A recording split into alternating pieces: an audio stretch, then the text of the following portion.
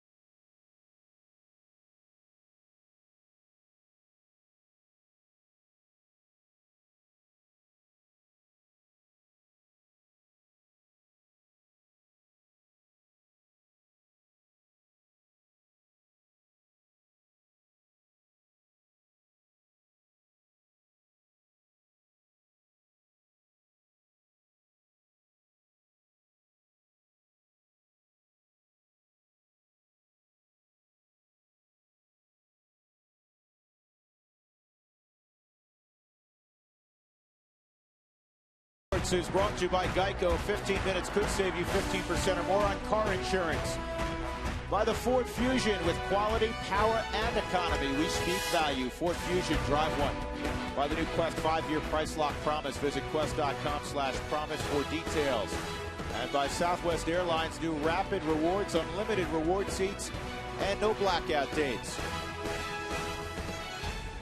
It is a gorgeous day in Colorado everywhere, from the mountains down to Lodo. And Yoli Chassin, a bounce in his step as he taps the dirt, jumps across the line. Everybody a little bit superstitious. Chassin will take on the Dodgers. You're looking at Trent Olchin. He'll hit second right behind D. Gordon. Olchin didn't find out he was in the starting lineup until about 45 minutes ago. Matt Kemp is a late scratch. The hottest hitter in the National League will sit this one out, evidently. The Southwest Airlines starting lineup for Don Mattingly. So Olchin, who just got called back to the big leagues from Albuquerque, will hit behind D. Gordon. Then Andre Ethier. Casey Blake slides to Kemp's spot in the cleanup role. Loney, Uribe, Deanna Navarro, and Tony Gwynn. And the first pitch of the ball game misses ball one. Matt Kemp has played in 268 games in a row. It's the longest streak in baseball. And that's high, 2-0. He strained his hamstring running out that double last night. Recall he had a double, a triple, and a home run. And that's in there. It's 2-1. The Ichiro was second on that list, Huey, and evidently he's taken the night off also. So now it's Adrian Gonzalez who will have the longest stretch of games played in a row, as this is a base hit up the middle for Gordon. Well, I think it just shows you how difficult it is and what Cal Ripken's streak means. Well, you played with the great Cal Ripken, and he went 2,631 games, and now Gonzalez's stretch is less than a full season at 143. Yolis's numbers, 207 batting average at Coors Field. It's even lower at 199. Lefties are hitting 212 off him. Right-handers 201. Had a shutout against the Dodgers back on April 5th. 7 shutout innings. D. Gordon can fly. He already has 1 stolen base since being called to the big leagues for the first time. And Chacin will hold the baseball against him. Try to slow him down. Trent Olchin's all smiles. He was up in September last year. 4th player who's a native of Australia to wear Dodger blue.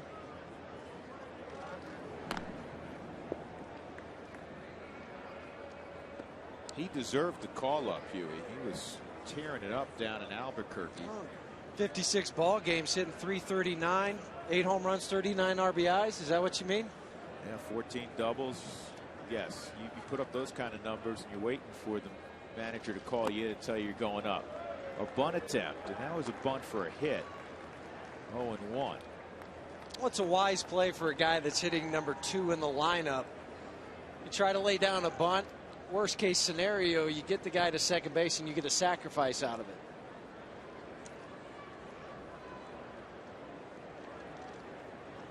Boy, D. Gordon playing within himself. He's not going to hit it far, but he's thrown some hits out there in this series already. 2 last night, and then the ground ball up the middle to lead off this ball game. We'll try to show you next time, Huey. After a pick, he gets his lead very quickly. I always tell guys to do that because it puts the pressure on the hitter. You're not fighting as a base runner to try to get that lead. So many times you see guys one more step, one more half step. And watch this. Helton throws it back. Watch Gordon now. Once he sets on the rubber, boom, he's out and moving. And now he can sit, and if things work out for him, you can peek into the catcher to try to pick up a sign maybe. Pulled foul, so a 2-strike count on Trent Olchin. Olchin last year went 5 for 23, a .217 average in 14 ball games with the Dodgers.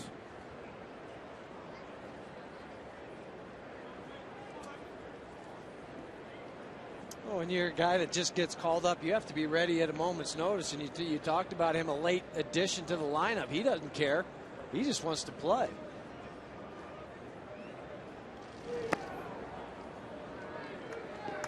Well, D. Gordon has not taken off yet, Drew, but 1-2 counts is we talk about it all the time. Perfect runners count. Let's see if Tommy Runnels calls a pitch out here. Well, you have to have some guts to do that. If not, maybe at least a throw over, a hold, a step off to keep him from taking off. He's going, and it's a ground ball to help, and he just will step on the bag. Gordon thought he was out. Wow, Gordon just took a nap on the base pass. He was walking to the dugout. He thought it was a line drive. Well, he got lucky. Ball was hit. He's just taking off, head down. Only the quickness of Gordon and the reaction of Tim Wallach over at third base, or third base coach telling him to get back to the bag, allowed him to dive in front of the tag.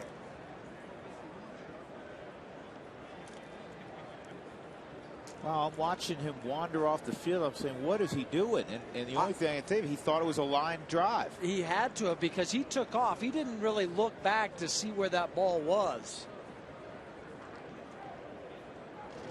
Ethier at the plate.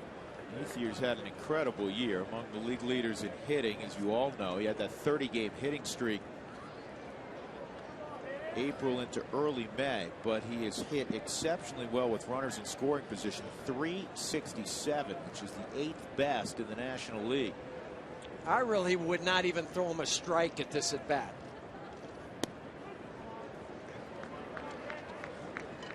Almost to the point of intentionally walking him without Matt Kemp hitting behind him tonight. Who's the one guy in the lineup that you're not going to let beat you? It's Andre Ethier tonight. That's right, with Matt Kemp out of there. I agree with you, because Blake, if you get a ground ball, and Chacin gets a lot of ground balls, you can get a double play and get out of it. You don't want this guy to get something to hit. You got a breaking ball for a strike, so it's 2-1. And Ethier, here's something else you have to factor in. Ethier's 6 for 11 lifetime against Chacin. All those things play into the factor, and you know Chris Iannetta knows this behind the plate. Nobody studies harder than Chris. 2-1, and it's fouled off. So he's gone after him, and it's 2-2.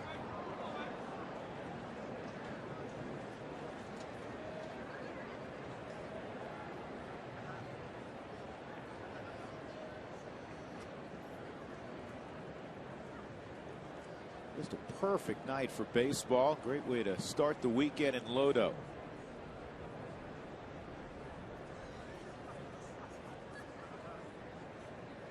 Gordon at second. Here's the 2-2. Bury a slider. It's 3-2. Well, whatever pitch you at least is comfortable throwing, whether it's that changeup or the hard slider, this is where it has to be made. And somewhere near the forefront of Ethier's mind is, you got to sit fastball, adjust off speed. He's got to think he's not getting a heater here. Not without Kemp hitting behind him. So he might be sitting on one of those breaking pitches. He got the fastball, and he almost waved at it. Well, Chris Iannetta and Chacin tried to cross him up. And you could tell by the reaction he was sitting soft. You know, if that pitch is right on the outside corner, they would get him. Here's the Rockies defensively. Blackman is in left field. Cargo is in center. Seth Smith in right field. Wigginton, Tulowitzki, Nelson, and Helton in the infield. Iannetta, who had the night off last night, is behind the plate.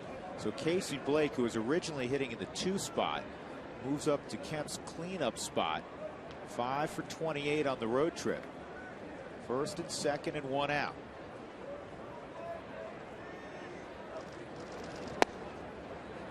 It's in there for a strike. Brian Runge is almost as, I think he's slower, demonstrative, but, or excuse me, as slow making the strike call as that man, Tim McClellan, who's a great umpire. It's not a knock on McClellan. It's just he really is deliberate.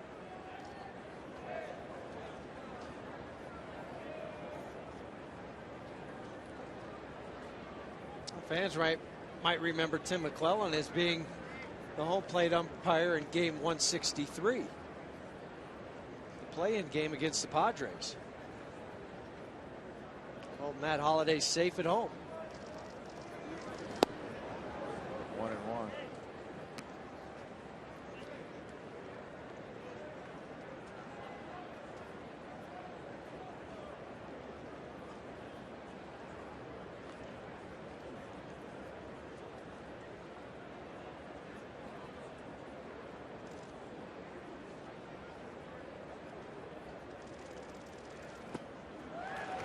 Ball and 2 strikes. A reminder, when the Rockies do as they did last night, they score 7 or more. Go to participating Colorado Taco Bell locations the next day between 4 and 6 and get your Rockies tacos special. I hope you did it this afternoon. You know, Jeff Houston left the ballpark for about 45 minutes, and I imagine that's where he went. Do I still have some taco sauce on the side of my face? Yes. They were really good. 1 and 2 with 1 out. And now Blake steps out. The Dodgers hitting just .229 with runners in scoring position, which is 26th of 30 major league teams.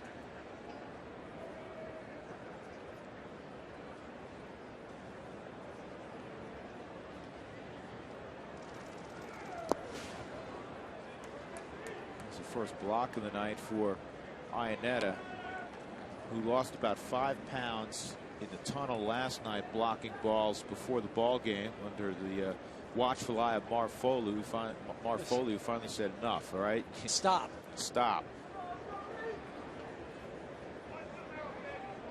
But even during the season, catchers have to get out there and block some balls. You can't just be all what you did during spring training. They get it? Not quite. Tulowitzki applying the tag. And probably the only reason they did not is because the way the sun is in the shadows, out of the corner of your eye, the base runner can see that shadow going towards the bag, and that alerts you, so your momentum is already leaning back towards second base just a little bit. To third, chance for 2. Wigginton, good throw to Nelson, and on to first to help. 5-4-3. The Rockies turn one over, and no damage done in that first inning. Good pitching by Yoli Chassin against Casey Blake.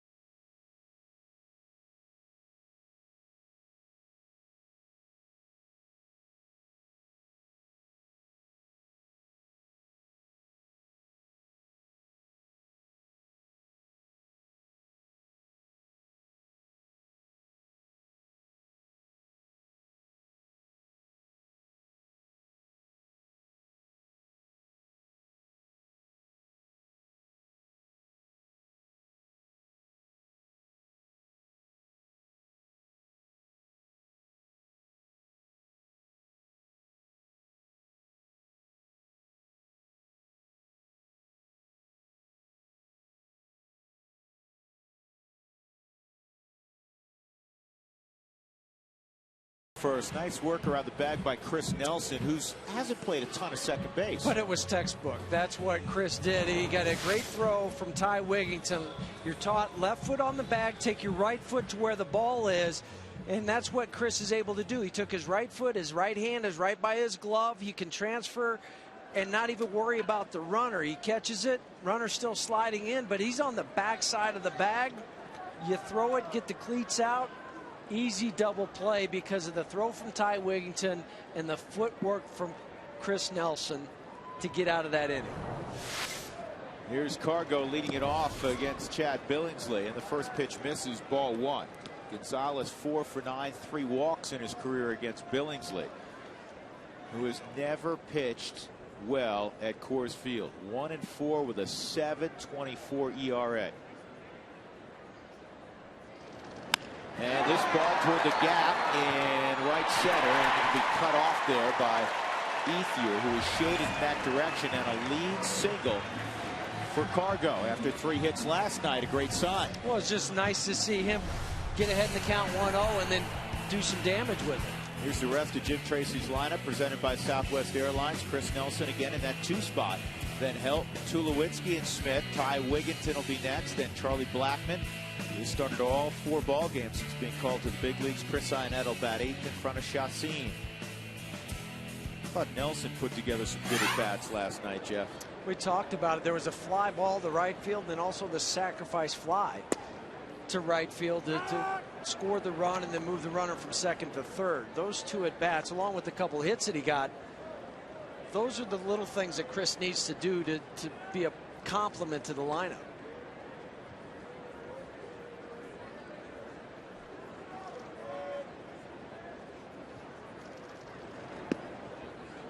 Down low. I know a guy that's been impressed so far with Chris Nelson. And of course, it's early. I mean, Chris, a handful of at-bats last year. But Ty Wigginton was talking to us around the batting cage earlier this afternoon, and he likes what he sees. Well, he likes his approach. He likes his load. He likes the swing path. Has an idea when he's going to the plate. He's aggressive at the right times. All those things that take a while to learn. But Ty, seeing that right now, pretty good. Runner going, and this ball's hit to deep center field. But getting back and making the catch is Tony Gwynn. Gwynn's in center field for Matt Kemp. Well, you talked about Chad Billingsley and his numbers here at Coors Field. It kind of goes hand in hand with what's happened at home for him, where he's 2-2 with the 171 ERA compared to out on the road, where he does have 3 wins, but his ERA is at 5.87, and clubs are hitting 285 against him. So Todd Helton will step up with Gonzalez at first. Cargo leading the club in stolen bases with 8. And Todd takes a strike.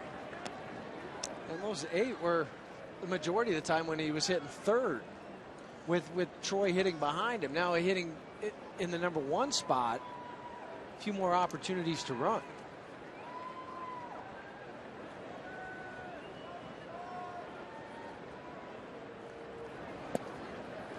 That's a strike also. So it's 0-2 on Helton, who has reached in 9 of his last 10 plate appearances. Last night he walked 3 times for the 47th time in his career. One of those was with the bases loaded, driving a run. Yeah, Giambi had one of those last night also. That's a foul ball. It's back-to-back nights now we've seen Todd make a kind of a quarter swing and foul the ball off. Yeah, which you rarely see from him.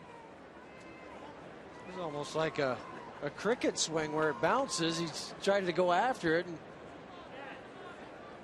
I don't know if I've seen that before. No? That bounced a foot and a half in front of where he contacted the baseball. Your old teammate Vladdy Guerrero. Runner going, and the throw to second is in time. Good pickup by D. Gordon. It's short. We got there early enough to be able to pick it. We've seen shortstops or second basemen get late to the bag, and then they have to try to find the ball. He got to the bag, worked from the bottom up to catch it, and then make the tag. Glove down on the ground, come up, go back down. And Helton strikes out. So a end to that inning very quickly after the lead single by Carlos Gonzalez. So we'll go to the second, no score. Again, a good pick by D. Gordon.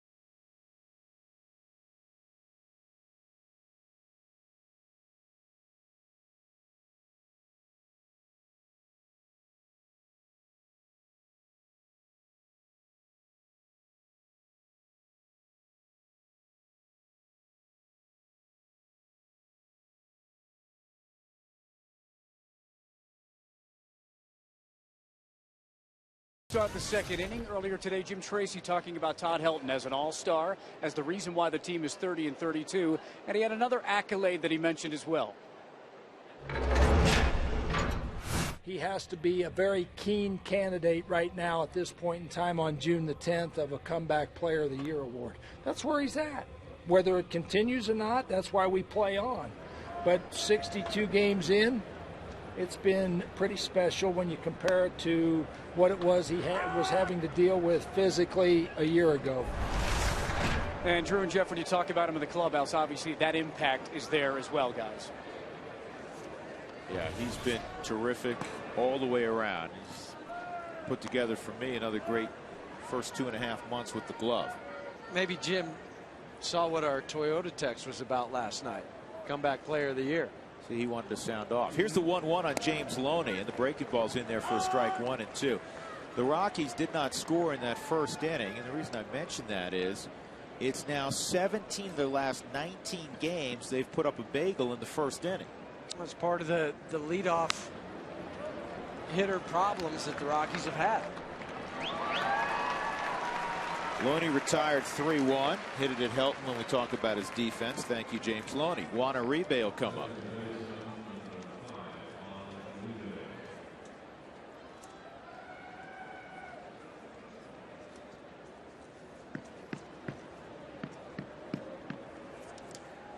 Uribe has yet to really get started for the Dodgers. He has 20 RBIs, but just a .218 average. He's battled some injuries. He's 0 for 12 in his career against Yoeli Chacin.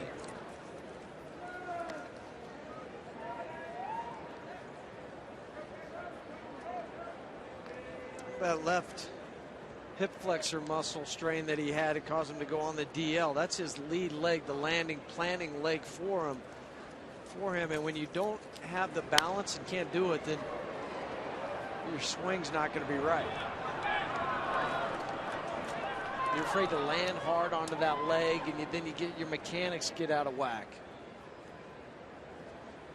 One thing for Juan Uribe too is even when he's going good, his swing he swings hard. His balls can be all over the strike zone, but he's one of those guys that when he's going bad, he looks really bad.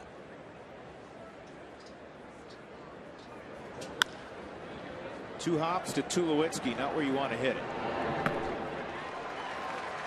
2 outs. Root Sports Red Alerts will keep you updated about the latest Rockies happenings this season. Text the word alerts to 720-720 to get Rockies updates straight to your phone. That's what that individual's doing right there. With 2 gone, Deoner Navarro will come up. Kind of a platoon right now with the catchers for Don Mattingly. He's playing Navarro against the righties and Rod Barajas against the lefties. The numbers aren't much better for Navarro hitting left-handed. He's hitting .214. Barajas .209. So really not yet. It's a flip of the coin basically between the two. Ball and a strike on Navarro, who's had a tough road trip, Huey, just 2 for 17.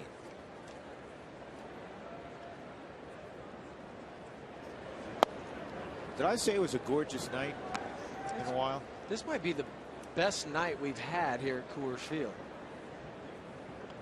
That's why Coors Field, one of the many reasons this place is so special. What a view that is. That's a strike. 2-2. That's the top of the Quest building. You and I ran up there about 3 o'clock this afternoon, and we stole one of the cameras and decided to shoot these beautiful photos for you all. Yeah, you made me carry the camera up the stairwell. Well, I was on a scouting mission. I wanted to make sure we got I wanted to get up there early, and so I figured if you schlepped the equipment that it would work best that way. Actually, we have to give credit. So who shot that today? I'm asking out loud to our truck. Mike Fox, our producer tonight. Ryan Morrison and Clay Paulo, our very own staff members at Root Sports. Here's the 2-2. And that's in the air to center field, right at Carlos Gonzalez, and a very fine second inning for one Yoeli Chacin. Middle of 2, no score at Coors Field on a special night.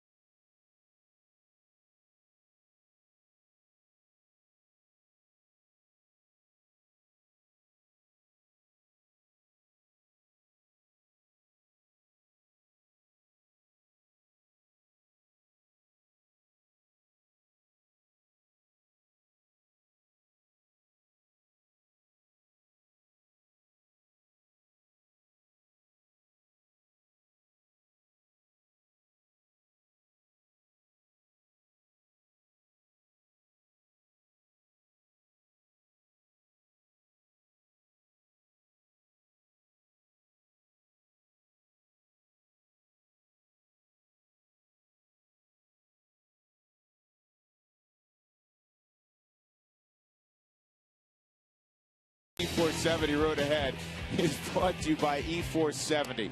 Discover what 70 miles per hour feels like. Cruise E470 today. This is a 4-game set with the Dodgers. 2 more Saturday and Sunday. Then the Padres of Bud Black come in. We have all the ball games for you on Root Sports. Note the start time of the pregame show, 12:30 on Wednesday. Thursday's an off day. And then the Detroit Tigers will come in. The reason I'm laughing is Doug Marino, who went through back surgery just a few weeks ago, as Tulowitzki steps up. He's got a new device because Doug hands us notes throughout the ball game. So this is how we get our sticky notes now from Doug. Yeah, he used to reach over, but now with the back, he's got this, a new contraption. So he doesn't have to reach too far. High fly ball, deep left field, going back. Olchin looking up. See you later. Troy Tulowitzki with his 12th of the year, and it's 1-0 Colorado. His first bomb since May the 17th. Here comes Tulo. Here comes Cargo. They both have got it going now.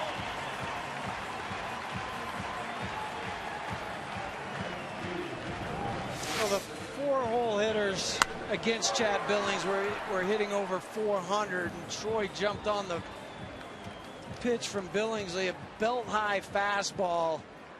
And there was no doubt. I'm not sure what Trent Olchin was doing out in left field, just maybe making Chad Billingsley feel nice, because there was no way he was going to catch it. Well, he deked me for a moment. Well, that's what I mean. Just go ahead and stand there, take a couple steps. You don't need to run all the way back to the wall. Not when it's 15, 17 rows back. Here's Seth Smith. That's off the plate, 2-0. So Tulowitzki, 12 home runs, 41 RBIs, and you can feel it. You can just sense he's one of those guys when he gets hot. Did they miss that?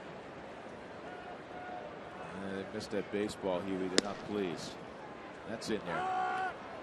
Your one chance. It was right in my hands, bud, and I just dropped it. I didn't bring my glove. Oh. That's all right. Troy may hit you another tonight. Or Ty Wigington, Chris Ianetta, Chris Nelson.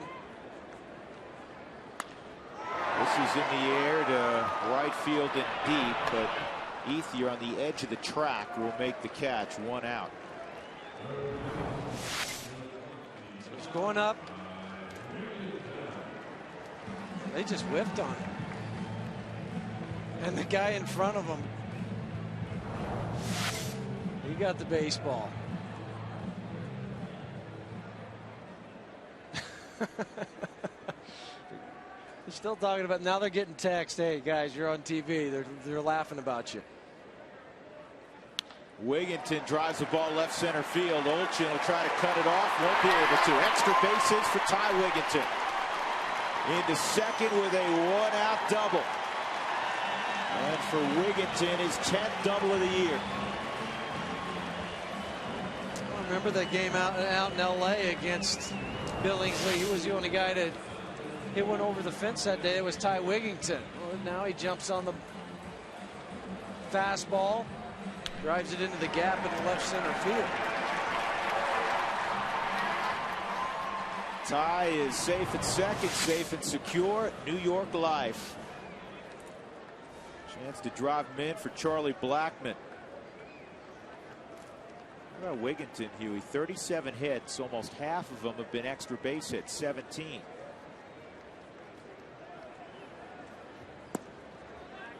Inside on Blackmon.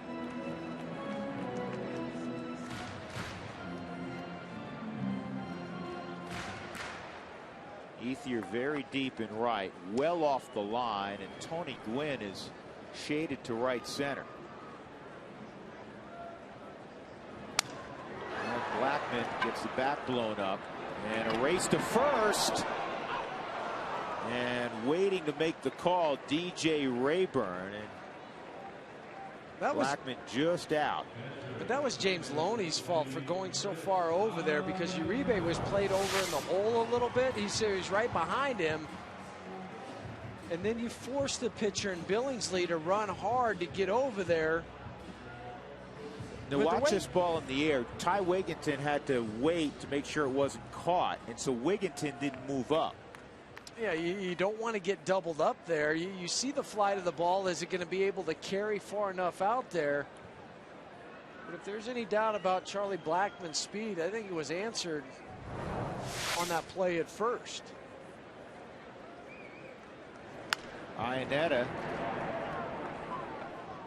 bounces this one foul. It's 0-1.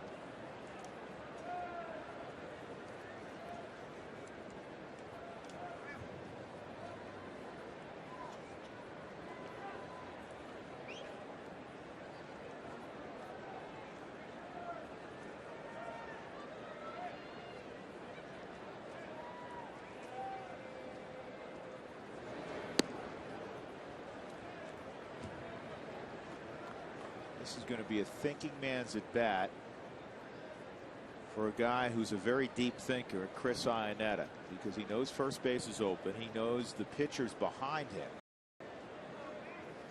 What's he going to get, if anything, to hit to drive in a run?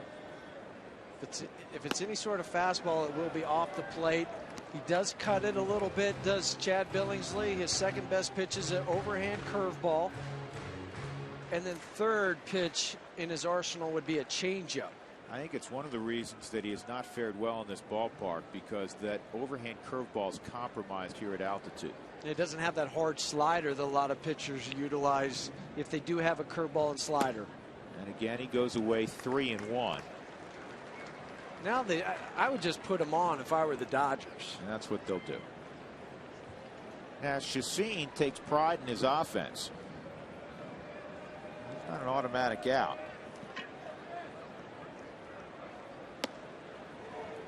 So it goes in your scorebook, if you do keep a book with us at home, as an intentional walk. Hey fans, help send your favorite Rockies to this year's All-Star Game, which is down in Phoenix, Arizona. You can vote today at ColoradoRockies.com. You can vote up to 25 times. As for all the deserving Rocky players to go to the All-Star Game in Phoenix. And a comebacker. That's all for the Rockies in the second inning. Wigginton left at second, Iannetta at first, but the Rockies get a home run. First in a while from Troy Tulowitzki. It's been 3.5 weeks since he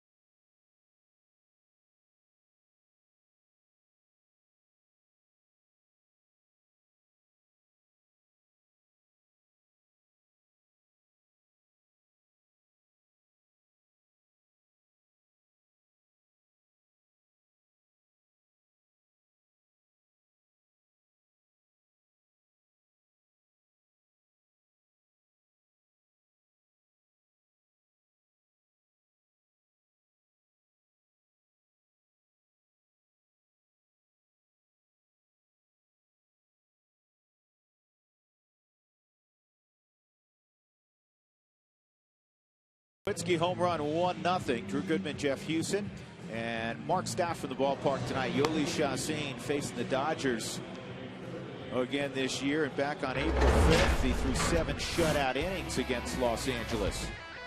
Really a dominating performance, first start of the year for Chacin. Sixth time in his career he's gone over 6+ innings to start. 4 strikeouts, just a couple walks, 97 total pitches.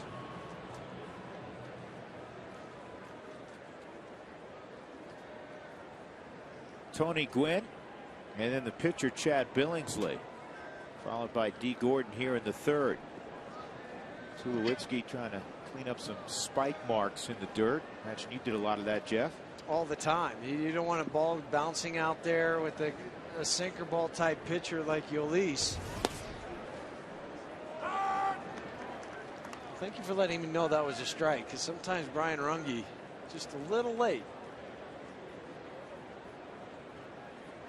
0-1 on Tony Gwynn. You want me to keep doing that? Yes. This is a ground ball to help.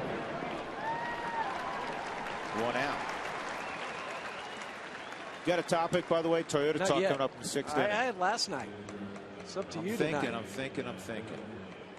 We're going to come up with something, because Toyota talk is coming your way in the 6th inning.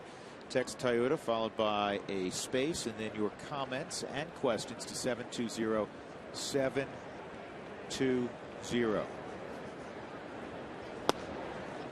Strike on Billingsley. Don't lay just one in there for Billingsley. 304 average, 3 for his last 5. He's not going to hit that, though. No, he hit a 3-run home run against Cincinnati in the start on Sunday. He's got the highest slugging percentage of any pitcher in the National League. Second best batting average, only behind J.A. Happ.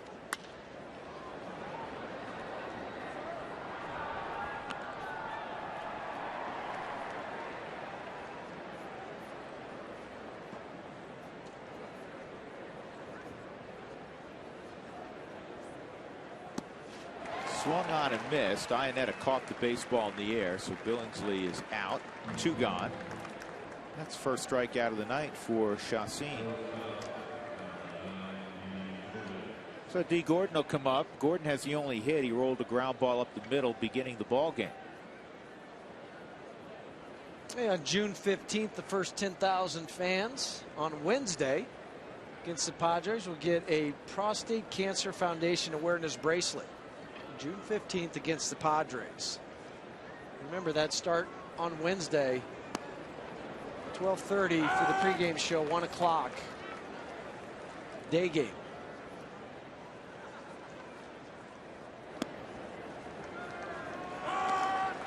Strike 2. Elevate a fastball. That was a quick bat and quick inning. 2 punch outs in a 1-2-3 third for Yolis Chassin, the 23-year-old from Venezuela. Cargo when we come.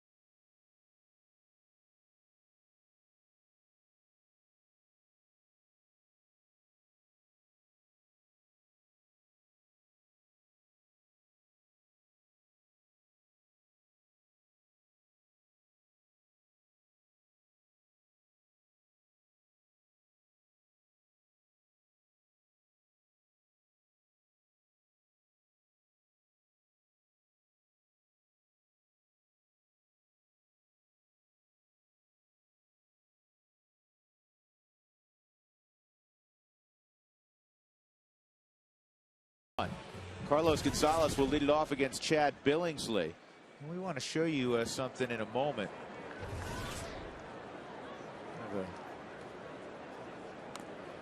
Check swing, foul ball.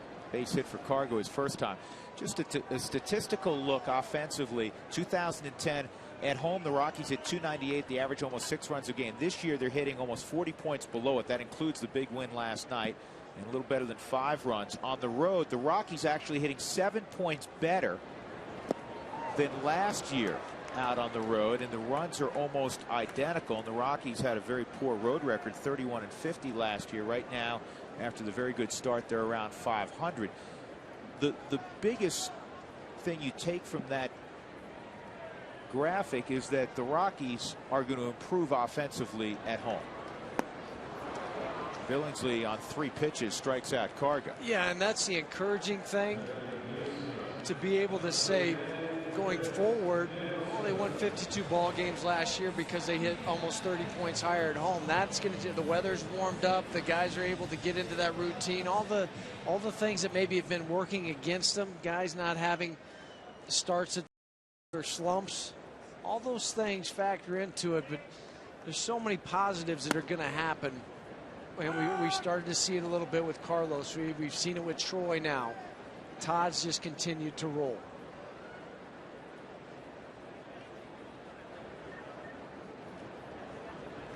Chris Nelson drives it down the left field line. And Trent Olchin's going to have to field it out of the corner. And it's a double for Nelson with 1 out, his 3rd double of the year. A hanging breaking pitch. Nothing better for a hitter than to see that coming out of the hands. And we talked about Chad Billingsley's second pitch being that curveball. Was it going to have the sharp bite and the sharp break on it? Nope. It just spun up there. It's almost like a BP fastball to a hitter, because you have to swing where you think the ball's going to go. Well, when the ball's coming in flat, you see it, and you're just able to turn on it and hit it down into the corner with Chris's speed. That was about as easy as they come. This is a game of adjustments. Helton struck out his first time. See the adjustments he makes. He grounds it through the left side, and Nelson had to freeze with the ball hit hard out in front of him. He can't cross over on that. So it'll be 1st and 3rd with 1 out. And Todd has yet another hit.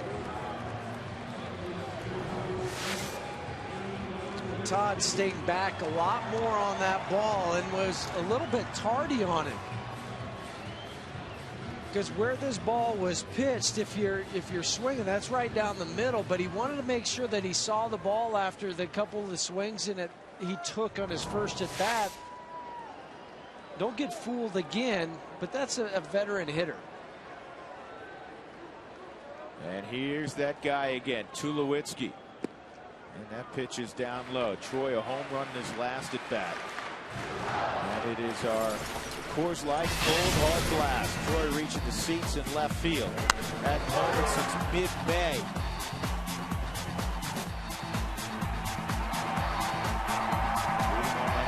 Shortstops for those 12 home runs. Rockies up 1-0. They have 5 hits to the Dodgers 1. 1st and 3rd, 1 out. Here's the 1-0. And it's bounced to 3rd. Blake, a good pickup. Tulowitzki's got to get up the line. And a good throw by Uribe, who has a shortstop's arm. And they turn it over 5-4-3 and prevent the run from scoring.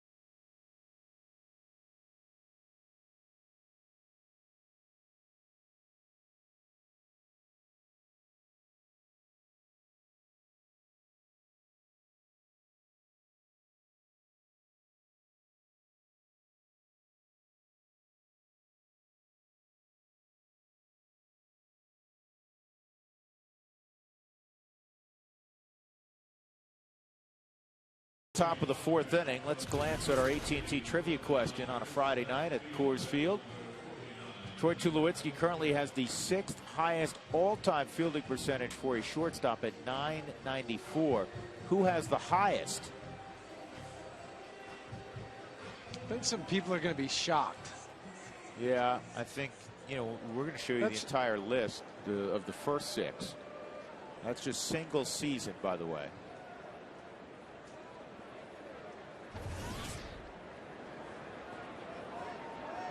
Trent Olchin will lead it off, and he gets a curveball that misses, ball 1. Olchin grounded to Todd Helton his first time. Olchin in the ball game, in the lineup late when Matt Kemp had to back out with a hamstring injury suffered last night. Kind of strained it evidently running out his double, and aggravated it warming up for the ball game tonight.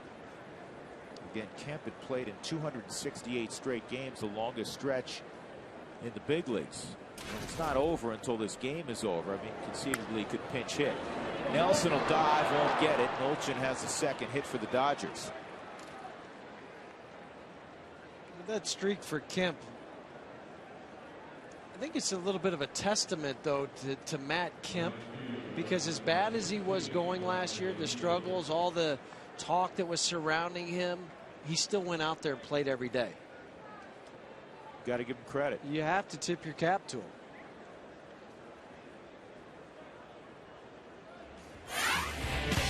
Of course, this is what you're taking out of the lineup. Since June 30, he's hit 500 with 5 home runs and 13 RBIs. Last night he was a single shy of the cycle. And it's not like he was chopped liver before the recent run. He's had an MVP type season so far, and he's not in the lineup tonight. And the Rockies are probably not disappointed. 1-0 on Andre Ethier. When you're talking about a guy that's in contention for a triple crown, phenomenal season.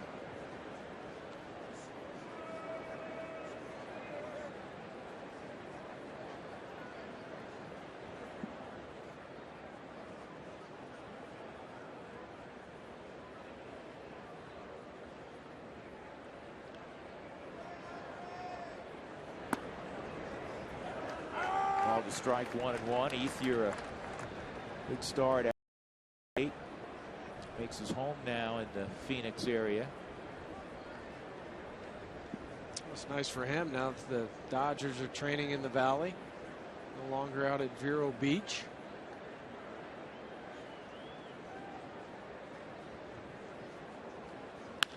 Center field, will it hold up? Yep, Cargo will make the catch.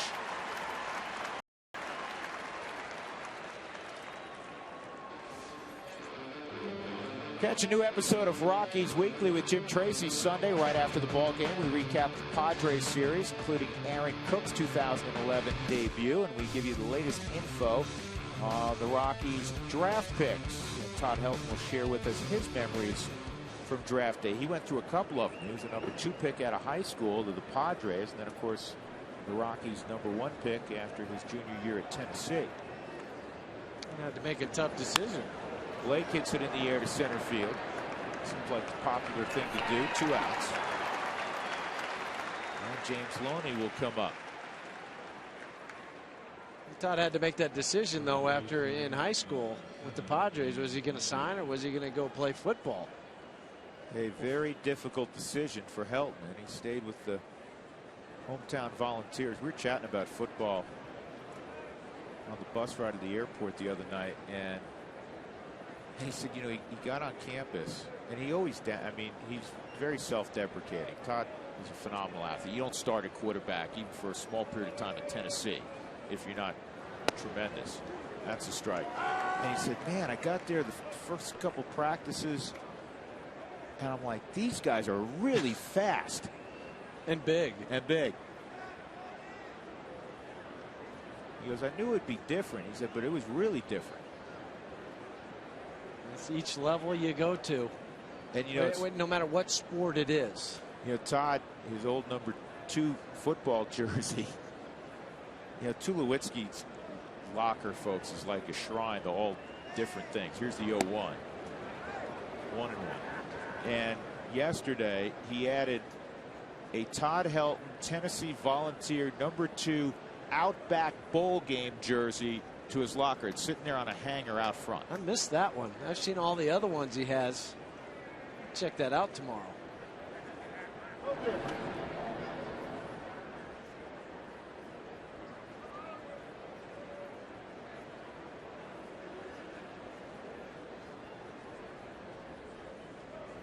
One and one on Loney.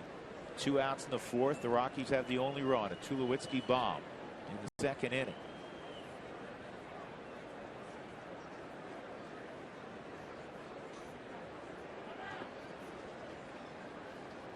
Olchin was really dancing around over at first base.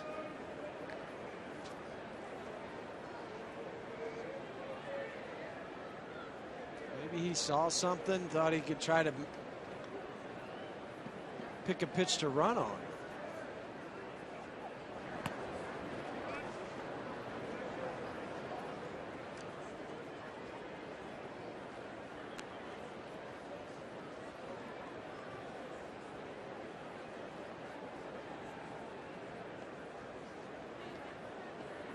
Two and one on Trent Olchin, or excuse me, with Trent Olchin at first. 2 and one on James Loney.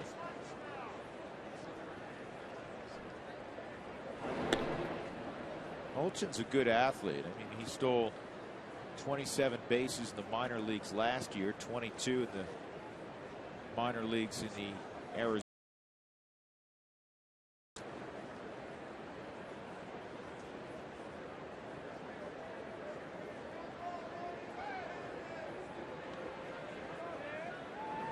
Not going, and that pitch misses. 3 and 1.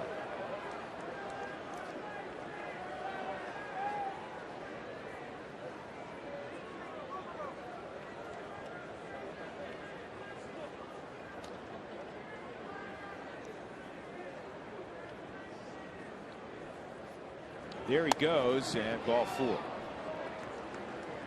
Second walk allowed. So Chacin will have 2 on with Juan Uribe at the plate. Our Geico quote of the day from John Kennedy: we are inclined to think that if we watch a football game or a baseball game, we have taken part in it.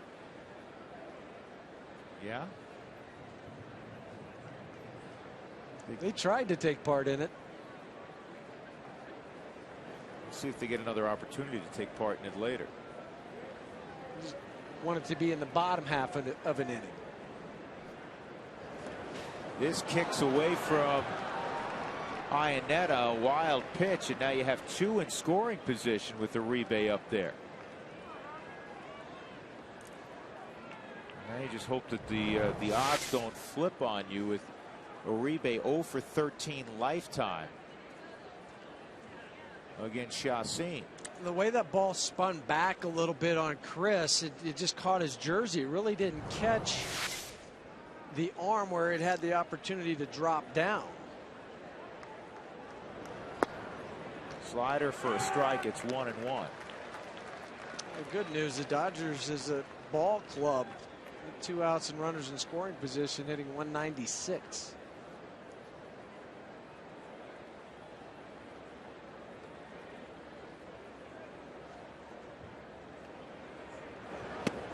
Check him. He waved at that, didn't he? No, that's not. First base umpire DJ Rayburn. 2 and 1. Just his swing made it look like he went. Did the barrel travel past? Had a lot of body movement. I think that's got to be the hardest thing for a corner umpire, first and third, to call. They draw that imaginary line going right down the baselines. Another slider. It's 3 and 1. That's always been a weakness of Uribe, especially if you get 2 strikes on him. Well, and that's what makes him so dangerous when he's sitting on a 3-1 count now, because he can eliminate the slider and look for another pitch because he can't hit it anyway. You have a left-handed bat, Navarro, on deck. Here's the 3-1, and he hit the corner with the slider, so it's 3 and 2. You can see the pattern. They're going to work him away. Go slider again. Well, because Uribe starts with a closed stance, but where he strides makes him open up a little bit. So the outside part of the plate is his weakness. Here's the 3-2. Got him on the slider. Great pitching by Yoli Chacin to get out of a pickle and keep it 1-0 Colorado.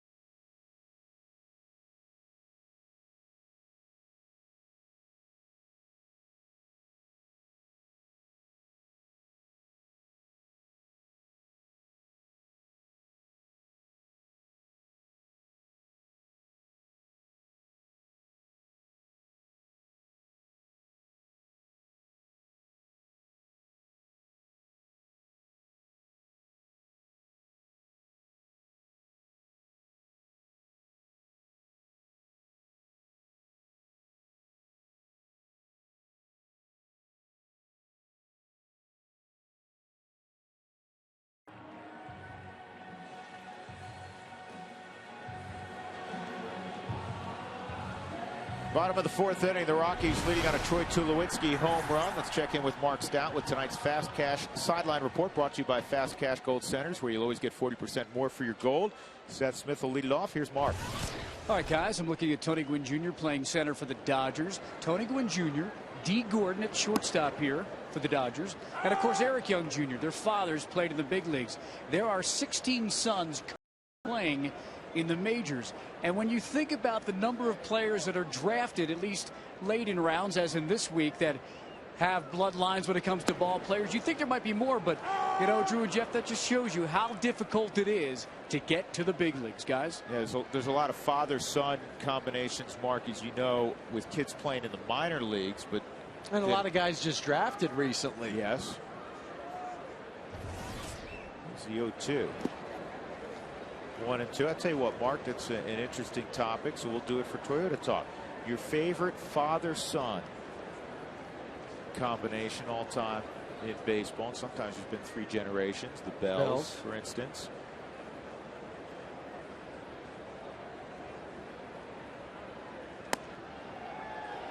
Outside, 2 and 2. Well, with Sean Burrows being back up. Yeah, Jeff Burrows. Jeff Burrows.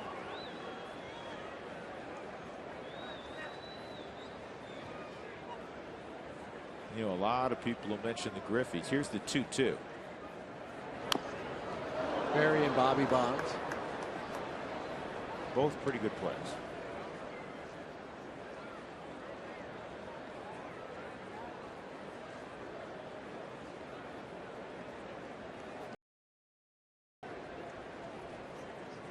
You know, there's the brother acts too. The Boones, is that who you're thinking of? Well, the Boones are the Boones, and then the Boones also 3 generations of Boones. 2-2, strike 3. Third strikeout for Billingsley. That'll bring up Ty Wigginton, who had a double with 1 out in the 2nd inning. This replay brought to you by the Colorado Lottery. Don't forget to buy your bonus millionaire raffle tickets before the last bonus drawing on June 12th. There's the double to left center field from Wigginton, his 10th for the year.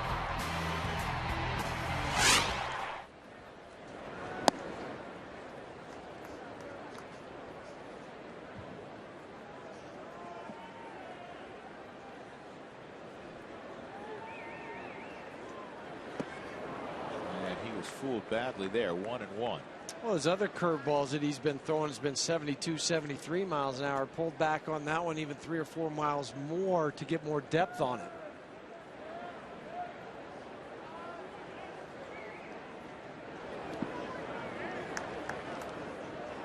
Two and one. Rockies so far 5-3 in the month of June.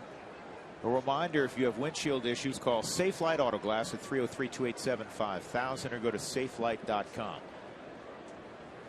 4-3 on the road in the month of June. 1-0 at home.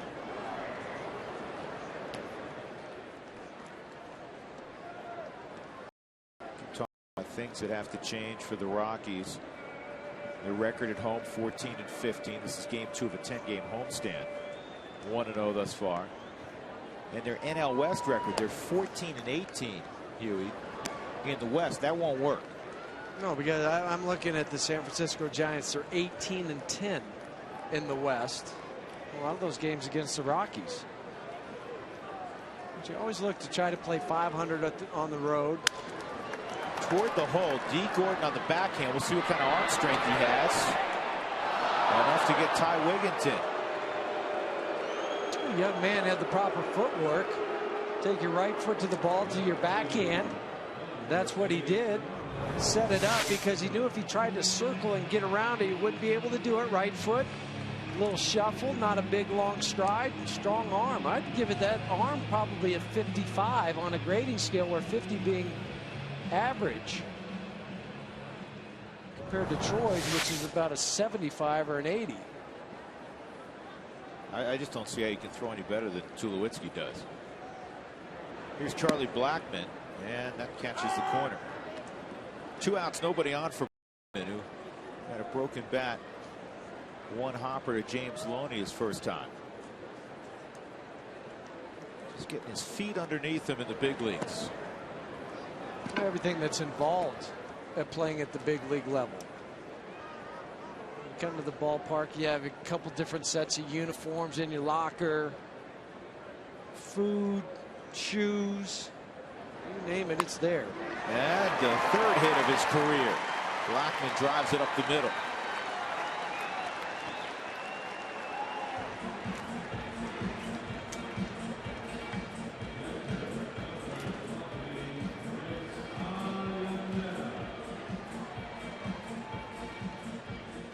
We mentioned last night with D. Gordon talking to himself, working through the situation. Okay, there's 2 outs, there's 1 out. I'm going to go here. I got to go all the way across with the ball.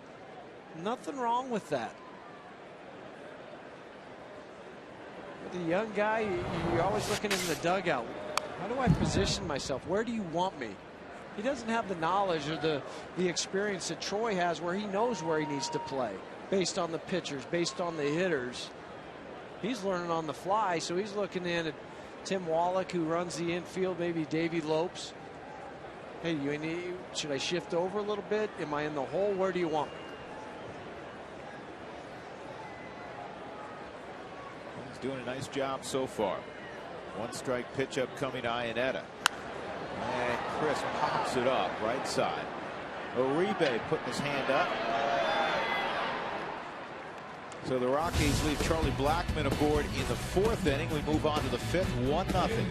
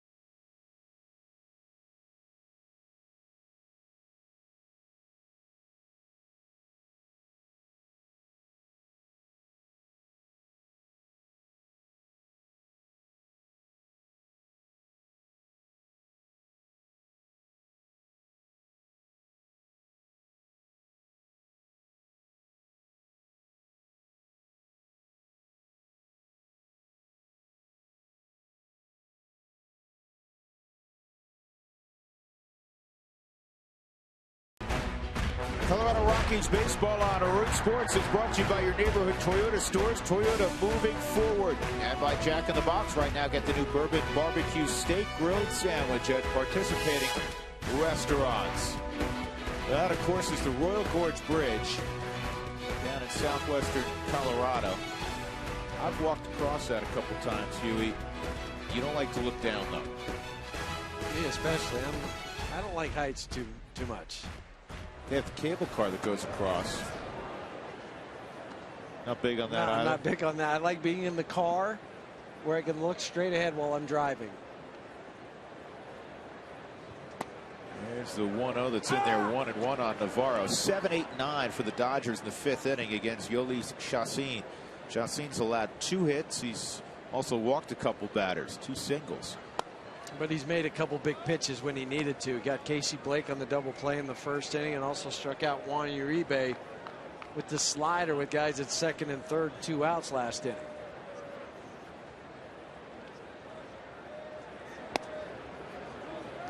Two and 2 at the Royal Gorge Bridge. There's a cable car. So you wouldn't go on that? We've done that. No, because I've done the one down in the Sandia Peak one down in Albuquerque. Didn't like that one. Why would I get on this one?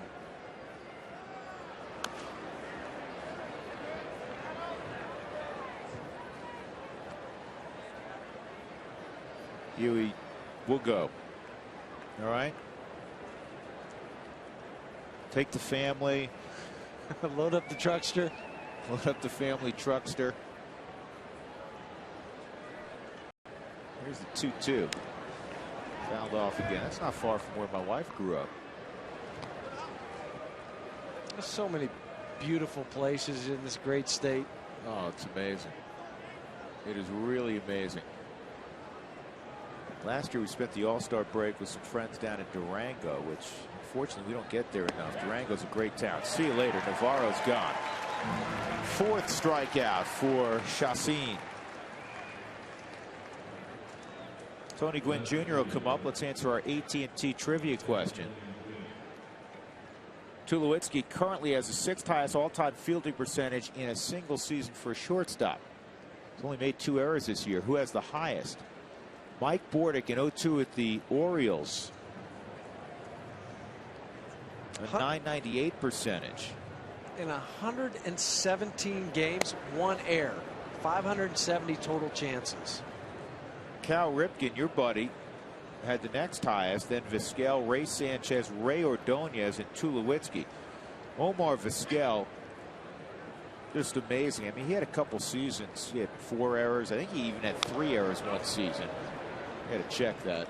Doug, you'll do that. I know he had 4 errors one year. He had another year of very low error totals. I mean, that's amazing. Playing shortstop, you get a lot of chances. And guys like Vizquel, guys like Tulowitzki, they get to more balls than the average shortstop. Range factor is much greater.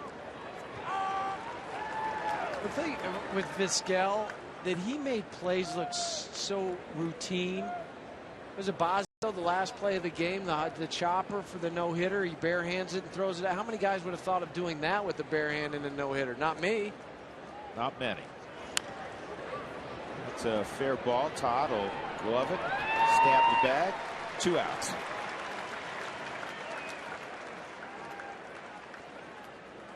Chad Billingsley will come up with 2 gone. Wells Fargo customers, get your 2-for-1 Rockies tickets today by going to wellsfargo.com/Rockies. See a Wells Fargo banker for details. Wells Fargo Bank, member FDIC. We got Billingsley out away last time. I like what they're doing here with him. Throw him a couple sliders. Don't let him ambush that fastball. Quickly an 0-2 count.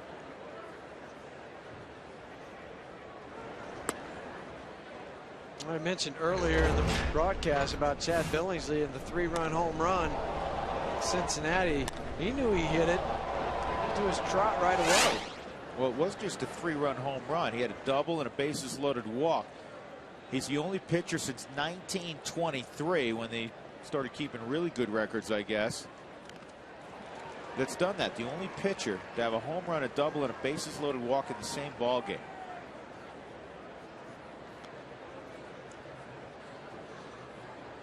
2-2 the count on Billingsley out of Defiance, Ohio. How many friends and families did he have in attendance there? Yeah, good point. Probably a lot. And now the counts run full.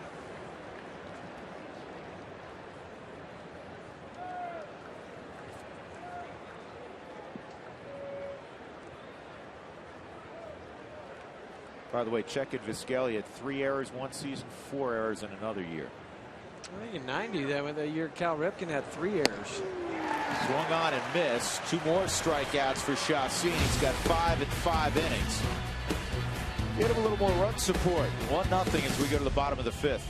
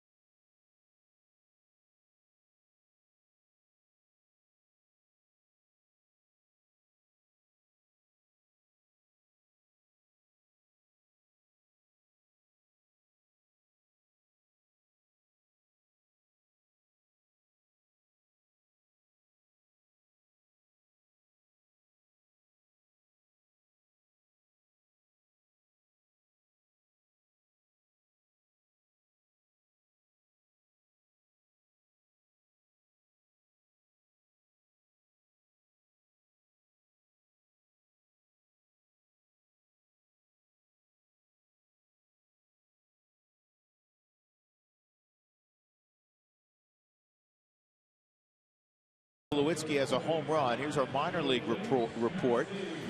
Ryan Rollinger went 3 for 4 last night as the Sky Sox won 13-6. Tulsa Drillers game 2 of the doubleheader. Scott Beer continues to swing the bat well. Hit his 9th home run. Had a double as well. Mike Swanich just had a big year for Modesto. In fact, he is a California League All-Star. And Mark Tracy, the youngest Tracy boy of 3. Brian and Chad, the older 2. Mark had a home run, a couple of hits last night for Asheville. Just because he's young doesn't mean he's not big, though. He's the biggest of the 3 boys. 1-1 on Chacin, leading off here in the bottom of the 5th. Fouled back.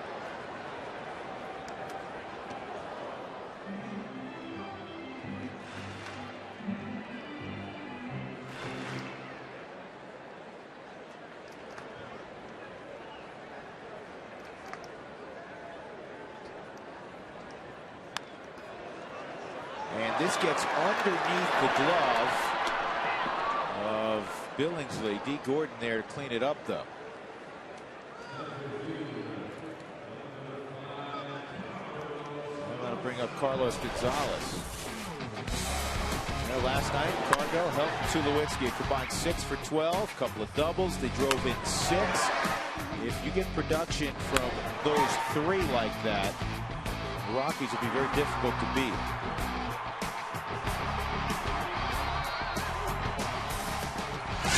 Troy with that big hit, that loop single to right to drive in a couple runs. Lays down a bunt, is pretty hard. Blake on the move, throws it away up the line. Cargo makes a wide turn, headed to second. A rebase throw in the dirt, safe at second. For Carlos Gonzalez in his new role atop the order, at least for the time being. Drops down another bunt. We've seen him do that 3 or 4 times this year. He may be the best bunter on the team from the left side. because I like the way he goes at it. He takes a step towards the pitcher and then drops it down, so his momentum's starting to go to first base. And Casey Blake playing back probably should have just ate that baseball, because it's a base hit for Carlos, and then with the overthrow, it's an error on Casey Blake for his 4th of the season. As wide as Carlos went by the bag and then had to make the big wide turn, I thought Uribe might have an opportunity to get it. Nelson swings through a 93-mile-an-hour heater.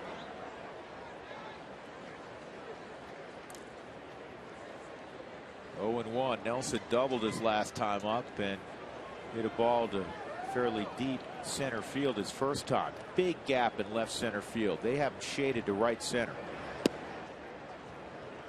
You look out there and you figure, all right, they're going to pitch me away. He pulled the breaking ball for his double down the left field line. 7 hits for the Rockies, but just that 1 run on the Tulowitzki home run. Dodgers have only 2 hits.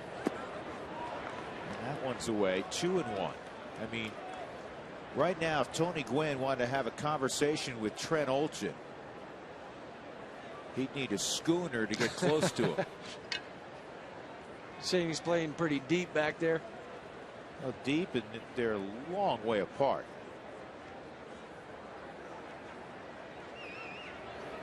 The pitch was up. Nelson had a good hack at it.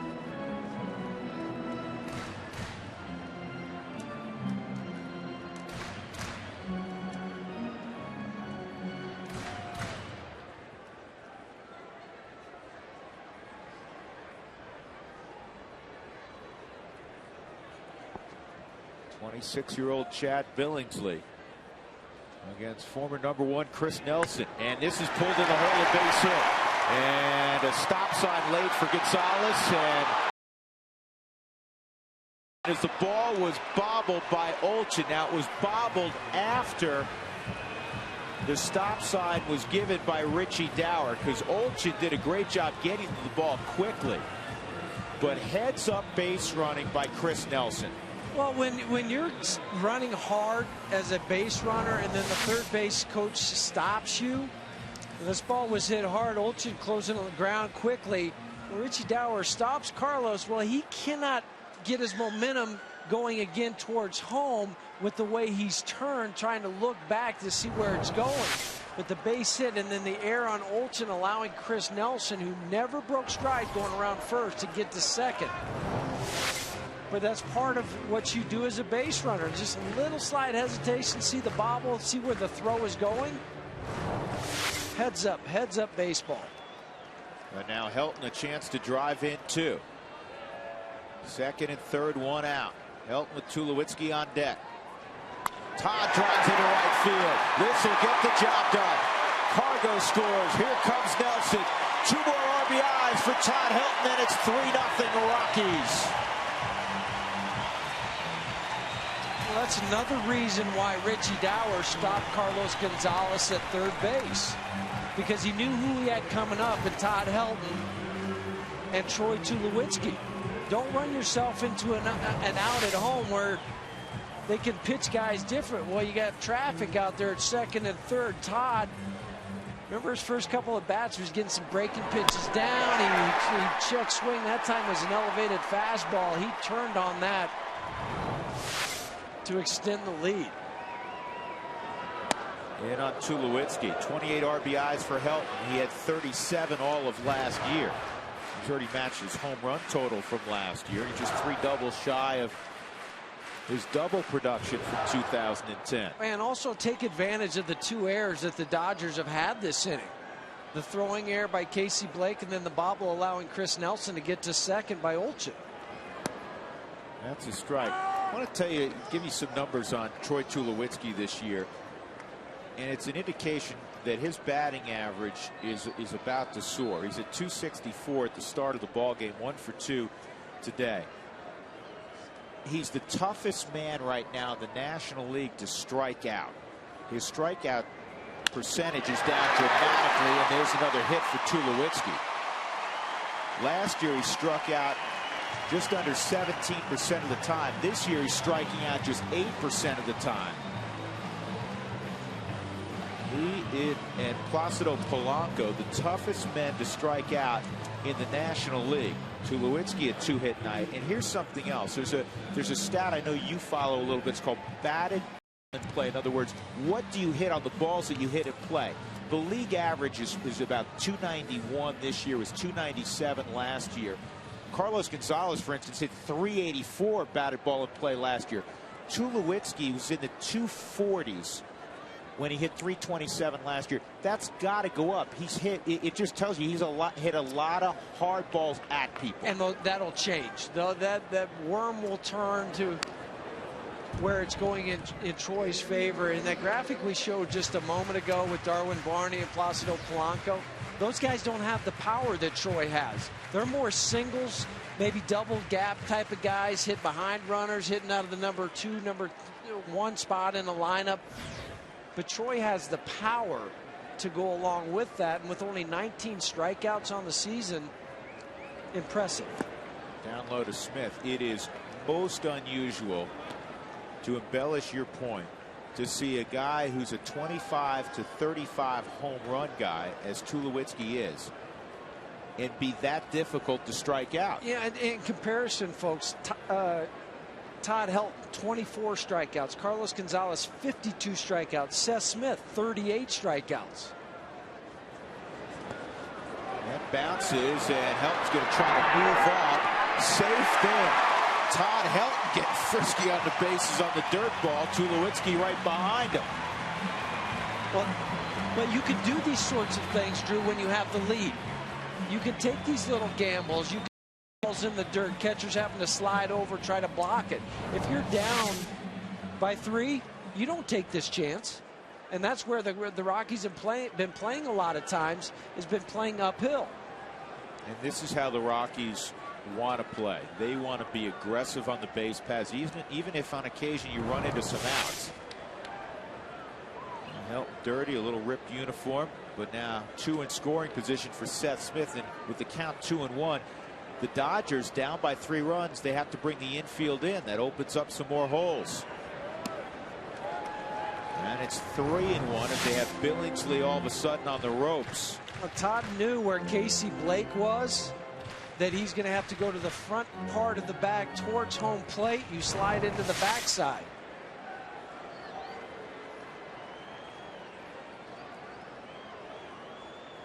Three and 1 on Seth Smith. And that is ripped to right. Tulowitzki is going to follow Helton home, make it 5-0 Colorado. Seth Smith with his 24th and 25th RBIs. A 4. Seth taking advantage of the wild pitch to allow Troy and Todd to get into scoring position at second and third. Ahead in the count.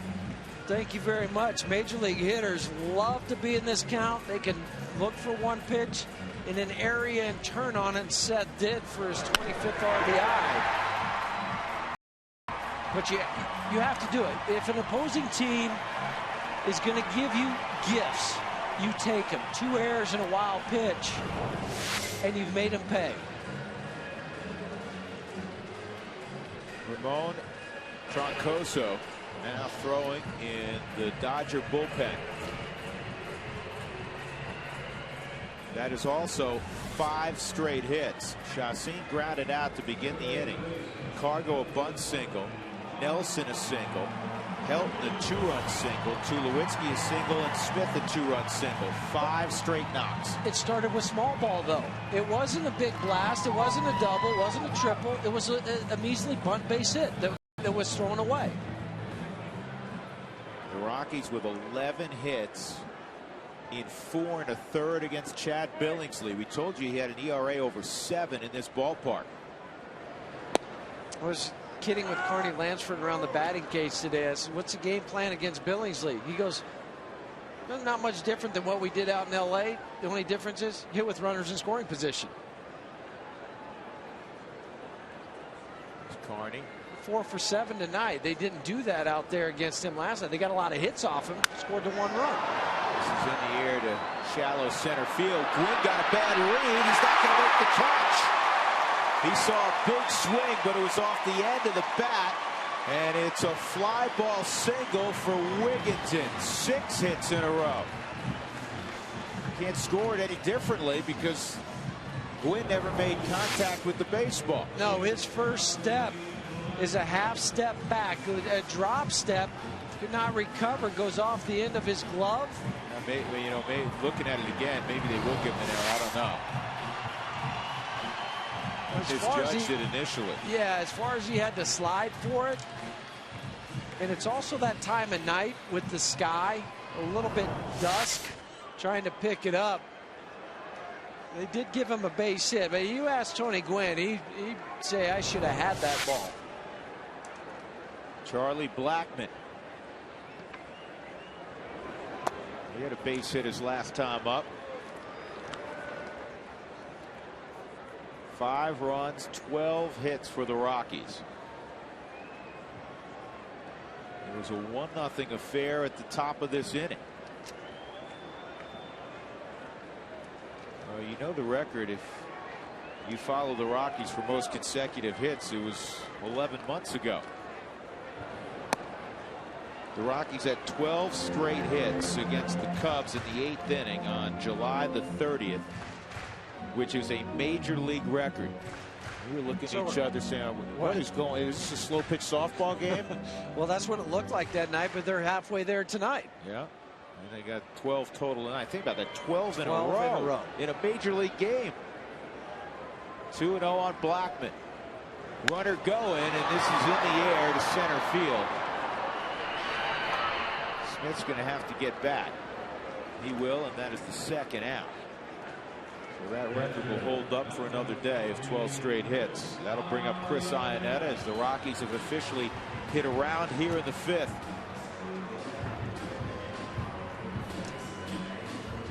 Jim Tracy going for the jugular a little bit. Hit and run.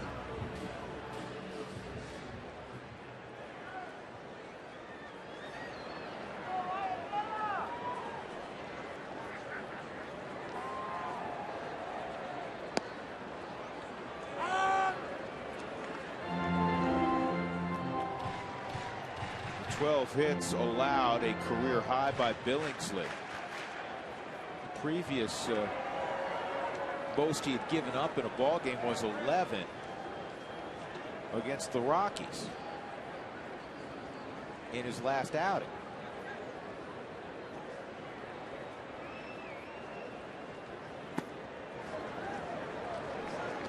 Remember last night the Dodgers were out in the field in the 7th inning for 38 minutes. They've been out in the field for a while here in the 5th. Yeah, we looked at each other when we heard that 38 minutes, and that whole 7th inning took almost 55 minutes.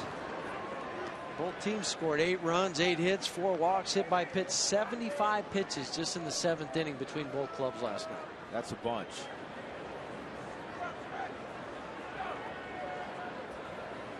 Just under 20 minutes right now here in the 5th inning. Here's the 1-2. And this ball is driven to left. It'll get down. Coming home is Smith, and he'll score the Rockies' 6th run. Chris Iannetta getting in on the 5th inning party. His 25th ribby. We said Seth just got his 25th a few moments ago. I need to try to match him. Like a hanging breaking pitch, and it was. Remember earlier in this inning, Chris Nelson hit a breaking pitch. And that's enough damage for Chad Billingsley. Donnie Mattingly saying, you know what? That's all. I'm not going to have you absorb any more punishment. Even with Chacin coming up, Mattingly's going to go take the baseball from his number 2 starter, Chad Billingsley. He walks off. The Rockies lead at 6-love.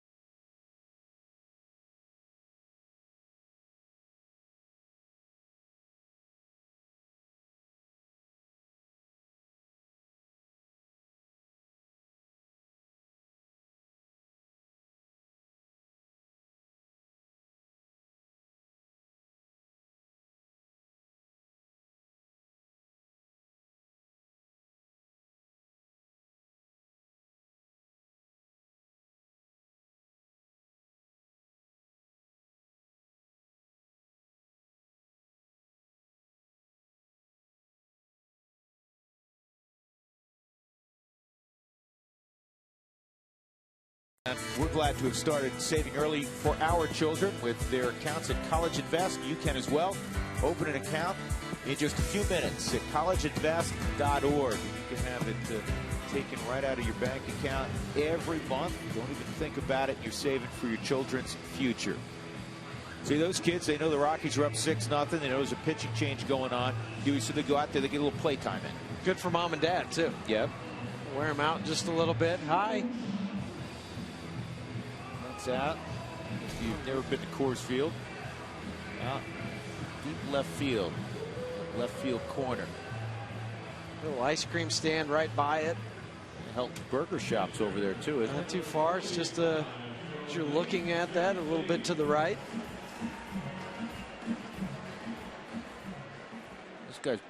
This guy's boxing into the camera. Okay.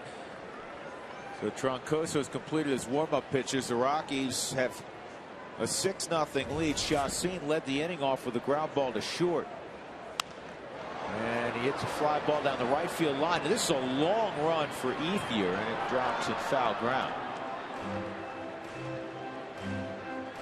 You know, the Dodger bullpen, typically among the best in baseball, not this year. Their .451 ERA is last in the National League, and almost a full run behind the Rockies, who've done a good job out of the pen this year. All right, and the Dodgers are also last in walks per 9-inning pitch. We saw that last night with Elbert and McDougal.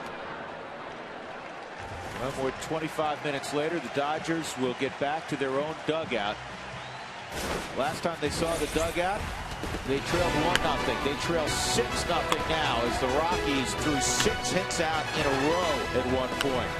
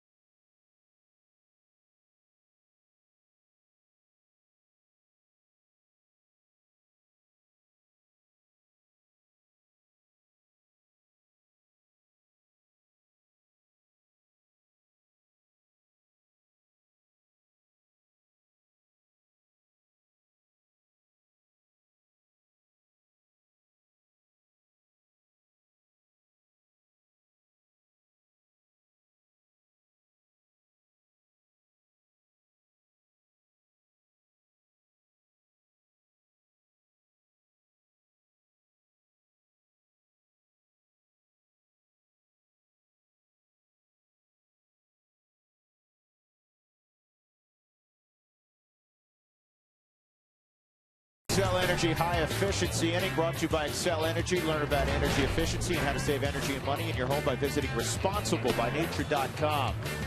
Yoeli Chacin has had a number of efficient innings in this ball game, and this was the 5th. A couple of strikeouts and a ground out. He had 1 inning in this ball game, 9-pitch inning.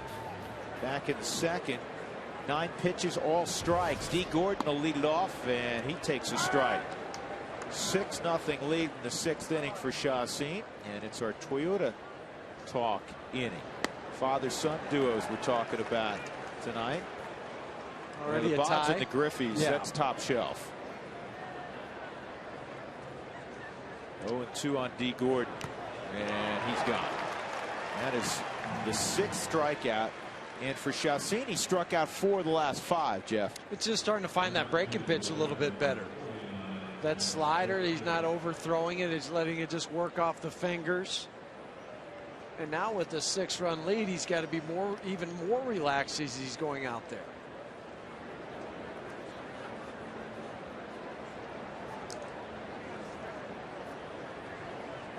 Trent Olchin takes the strike. Moises a loop. Tell you what, Moises and of course his two uncles were pretty good players also. Matty and Jesus. Here's the 0-1. Well, CC and Pueblo, you're just one run away from having tacos again tomorrow.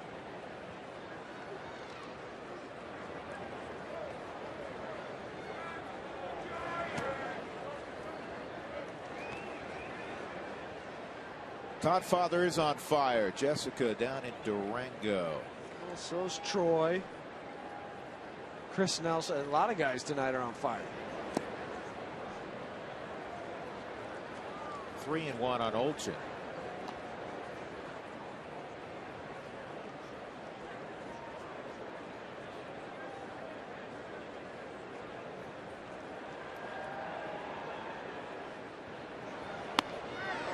Challenged him up. 3-2.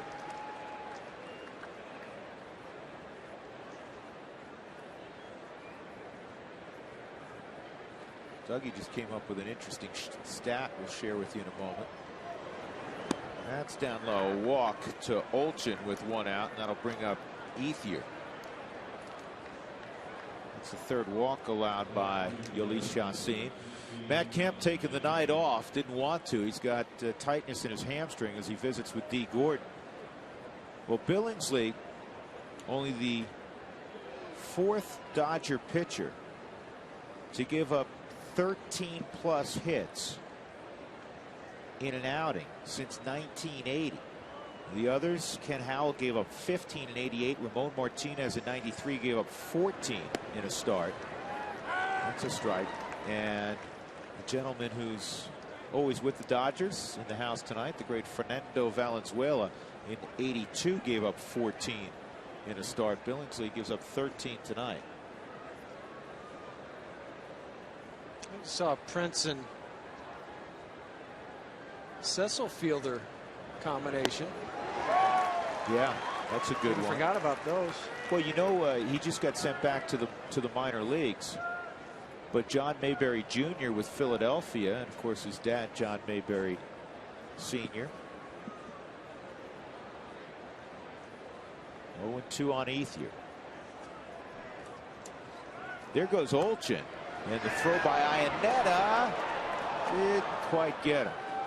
If you're taking off down by 6, wow, with one out, you better be safe.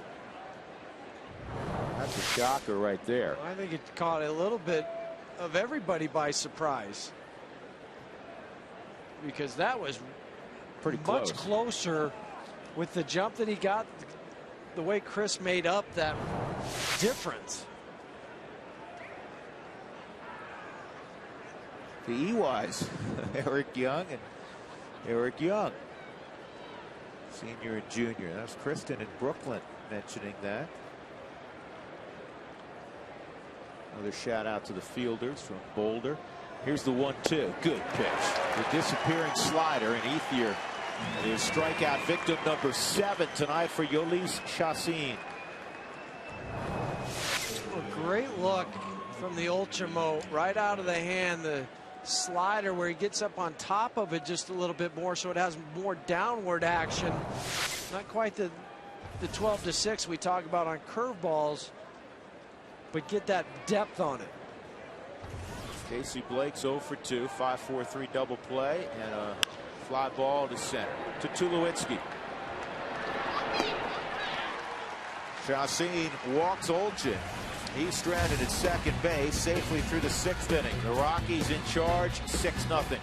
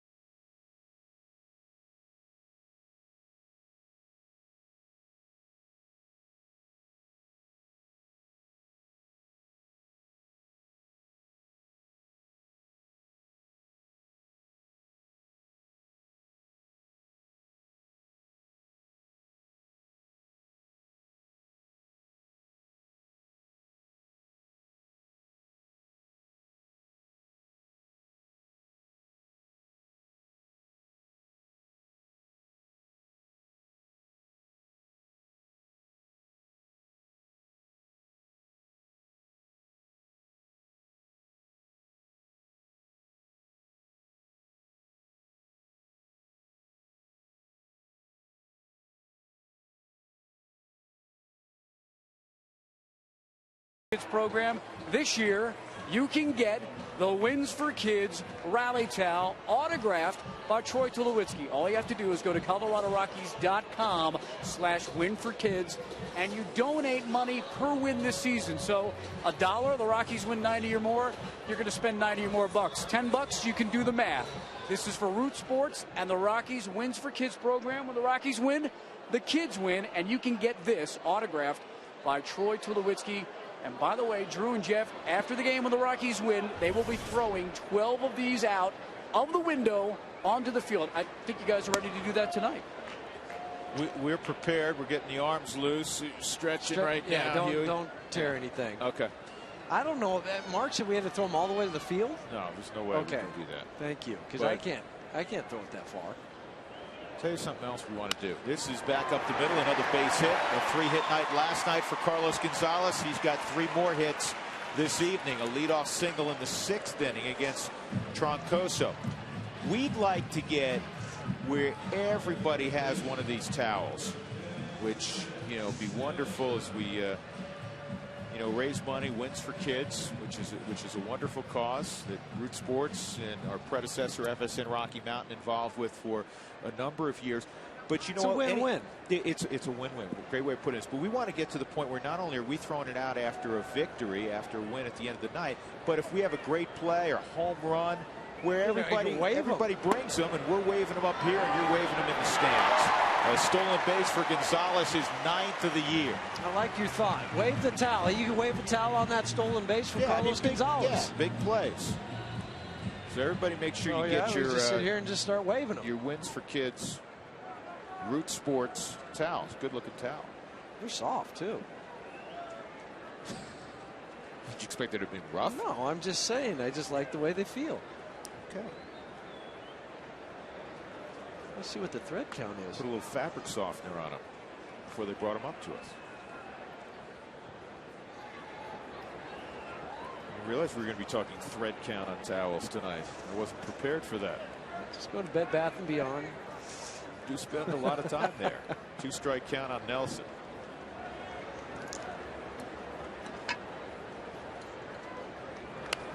Good job by Chris.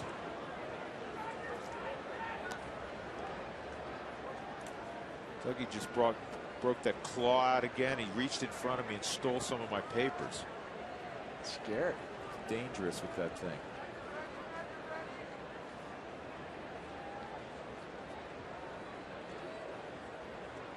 $14 knocks tonight for the Rockies. This ball is driven to right field, but it's at Ethier. Cargo will tag, and he'll move to third base. But still productive a fabulous at bat for Chris Nelson. Behind the count, you're still looking for a pitch that you can hit that way to advance the runner. High fives all around for that young man. And Carney Lansford right in the middle. You see Jim Tracy. He understands you still have to add on. You still have to play the game. You still have to do everything and give Todd the opportunity to drive in Carlos with the infield in. Run single in his last at bat. He's 2 for 3 tonight. This replay brought to you by the Colorado Lottery. This is his last at bat. And he rips a single, drives it to right field to score a couple of runs. With 28 RBIs. 1 ball and 1 strike. Don't forget to buy your bonus millionaire raffle tickets before the last bonus drawing on June 12th. Todd will make a lot of people happy if he can drive in Gonzalez here. Give the Rockies a 7-0 lead and provide everybody with the Rockies taco special from Taco Bell tomorrow as well, 2 days in a row. I'm betting on it. Pretty safe bet with Todd. Just knows his strike zone so well.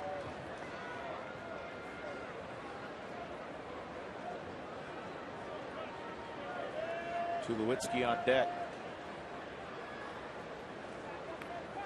Everybody in the Rockies lineup with a hit, with the exception of Chacin. He's just got to pick it up, plain and simple.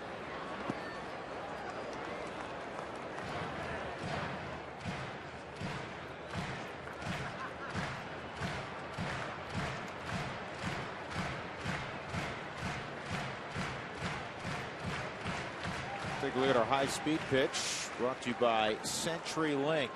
Billingsley at 93 and Chassin as well at 93. Now they'll go ahead on a 3-1 pitch and pass on Helton. So he's on for the third time tonight, and now it's first and third for Tulowitzki. Well, in the same spot that Troy was in back in the third inning. They were able to get him on a curveball that he hit to Casey Blake for the double play. Todd has now reached in 12 of his last 14 plate appearances. Tulowitzki tonight, a home run, that 5-4-3 double play, and a single. He's driven one in and scored two.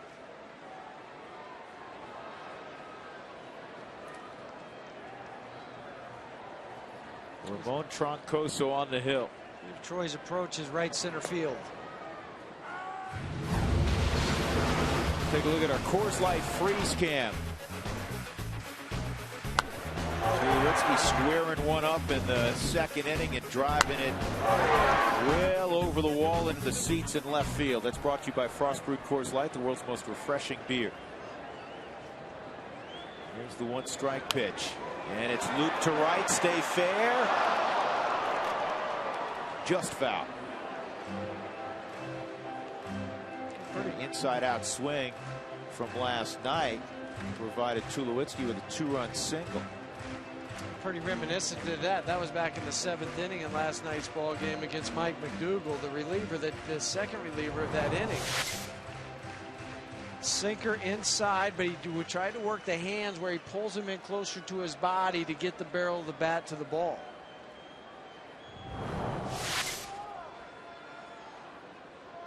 Trying to go back in, same pitch again that they just threw. Again, this is where Troy's been so good. Just 19 strikeouts this year.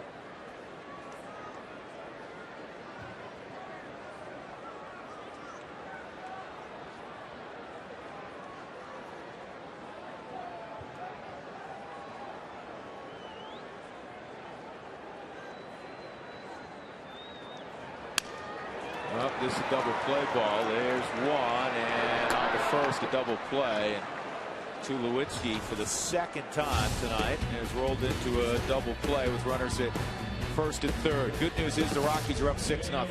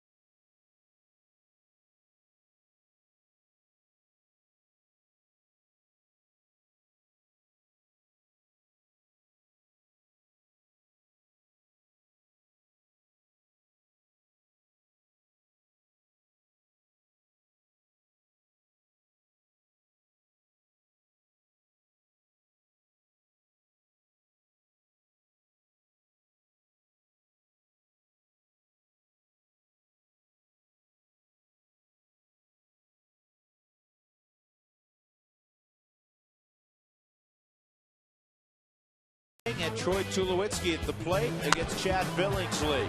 And Tulowitzki wins this matchup, hitting it about 10 rows deep, 1-0 Colorado. Then the 5th inning, the Rockies really get after Billingsley. They had 6 straight hits. Helton had a 2-run single.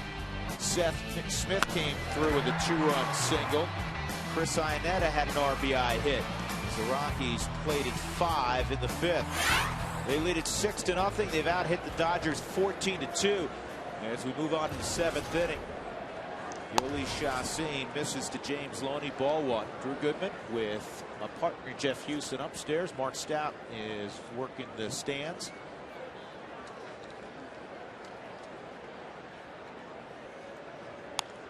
This is in the air to center field. Carlos Gonzalez, cool, calm, and collected. He really enjoys playing center field. And he just makes it look easy. Everything he does. Adult fans, the first 10,000 of you 21 or older on June 11th, which is tomorrow, will receive a cooler bag courtesy of Coors Light.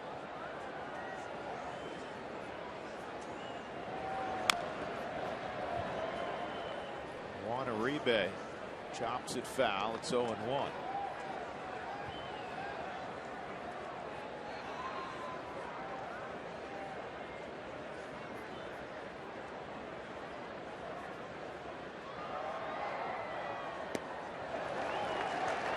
Oh, and 2. Well, so far tonight, Yolis is just kind of continuing his trend against the National League West, where he's 10-6 in his career with the 2.71 ERA. 24 ball games, 18 starts. And that's where you want to be good with the unbalanced schedule the way it is now, playing so many games within your division.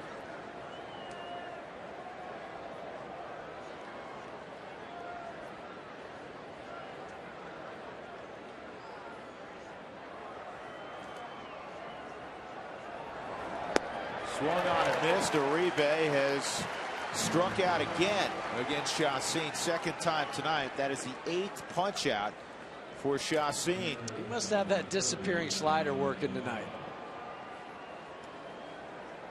Out of town scoreboard brought to you by the Lodge Casino. Baltimore shutting out Tampa 5-0 in the 8th inning. Boston continues their winning ways. They have beaten Toronto 5-1 tonight. And Oakland lost last night in the first game of Bob Melvin's tenure there, and they're losing tonight. No, I just remember the start Boston had. What's the problem? Yeah, they were. Uh-oh, they're in first place. Boston began the day leading the Yankees by 2 games. They've won 7 in a row now. Phillies over the Cubs 7-5. Florida finally gets a victory. And they scored 6 runs. Yeah, Anibal Sanchez started that ball game. Atlanta beating up Houston 11-2. Good yacker right there. Even with that, Michael Bourne's just a home run shy of a cycle for Houston. Michael Bourne needs to stand at second base to hit a home run.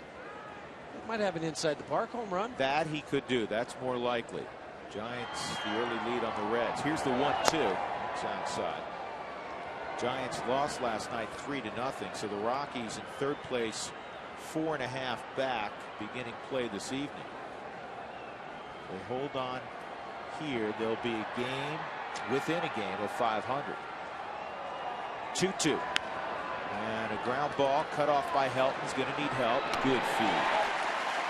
And another 1-2-3 inning for Chassin. Deanna Navarro grounds out. Stretch time at Coors Field, 6-0 Rockies.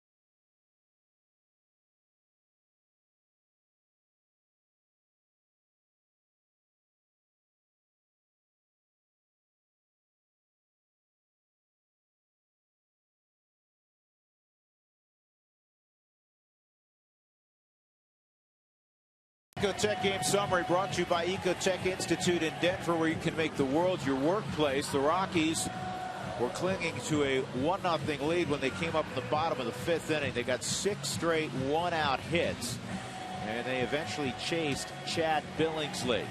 What's been lost in the offensive explosion of 6 runs and 14 hits is the great work by Yoli Chacin. 7 innings of 2-hit shutout baseball, and he has 8 strikeouts as he is trying to pick off his 7th win of 2011. That's our Ecotech Institute game summary. Seth Smith 1 for 3, a 2-run single in that 5th inning. He'll lead it off against Troncoso. Fastball at 91 is high and out of the zone. Seth is Jim Tracy's jack of all trades for the lineup. Where's he going to hit tonight? It's kind of like, where's Waldo? Where's Seth Smith hitting? He's hitting 5 different spots in the lineup. The only place he has not is 3rd, 4th, or 8th.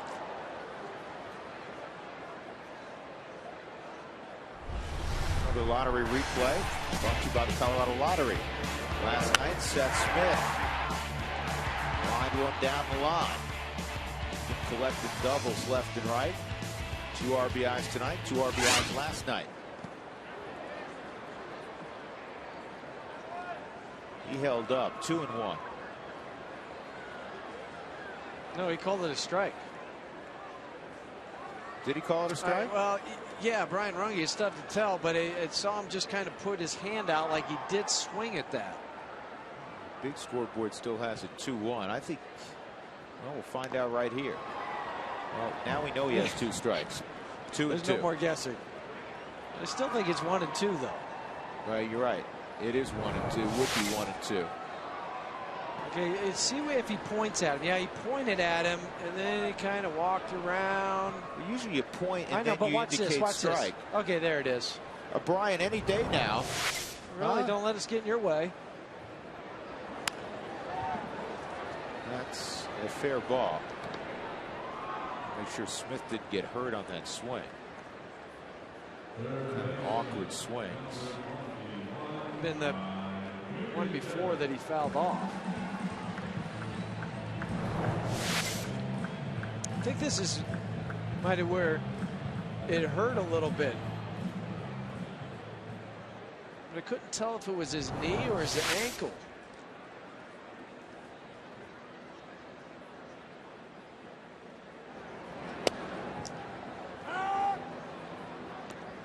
Wigginson's 2 for 3. And the only time he's been retired, D. Gordon made a very nice play in the hole to take away an infield hit.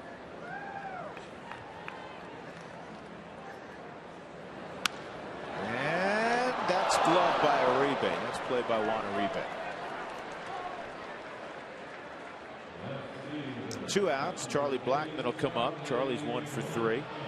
The final line on Chad Billingsley goes 4 2/3. Allows 6 runs, all of them earned on 13 hits. He walked 1. That was intentional, and he struck out 3. So Billingsley's 7+ ERA at Coors Field will go up.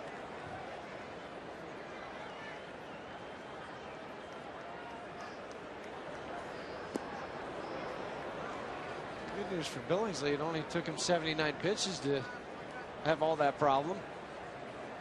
Well, he threw a lot of strikes.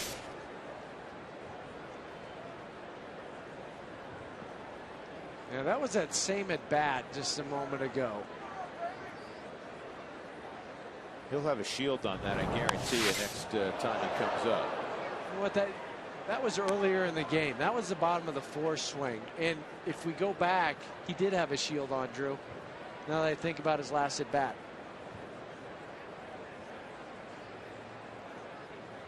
He's going to have to add a shield. Yeah, put one down on the foot, on the ankle. He's going to have to go with the 2 shield approach. 0-2 on Blackmon. Okay, we've got it figured out now. This is the bottom of the 4th. Ouch, right off the instep. Nothing you can do about there putting a pad anywhere.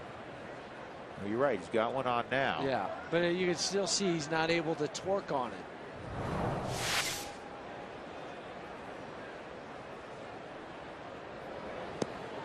And Blackman, a strikeout victim. So a 1-2-3 seventh for Troncoso. As we go to the 8th, the Rockies leading 6-0 behind Chassin.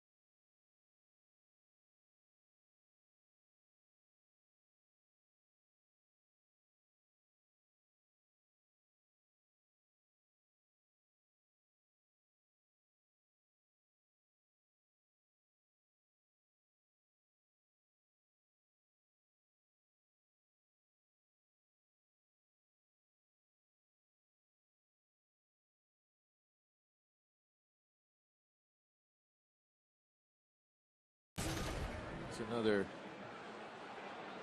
interesting shot from lower downtown Denver. Pretty Friday night in Lodo. Ryan Spilborg's now in right field. Seth Smith, obviously that ankle's bothering him, so Jim Tracy's taking him out of the ball game. Just in case, in the bullpen, Rex Brothers on the left side, Matt Belisle on the right side. Tony Gwynn Jr. at the plate against Chassin, and the fastball misses. Gwynn has hit it twice on the ground at Todd Helton. Well, the last 14 batters that Chassin has faced, gotten 12 outs, just 2 walks. Now 15 batters, 13 outs.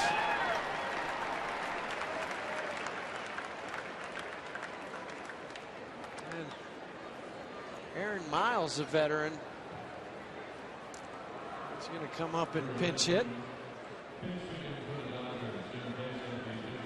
Well, last night we didn't see Aaron Miles or Jamie Carroll. And Jamie plays a ton. Did we see Jamie Carroll last night? We did late in the ball game. In the 8th inning. You're right. Back-to-back ball games that Jamie has not started. I'm sure pretty good chance you'll see him tomorrow. On the ground, a Wigginton. Good pickup. He'll throw to first. Miles on one pitch is gone.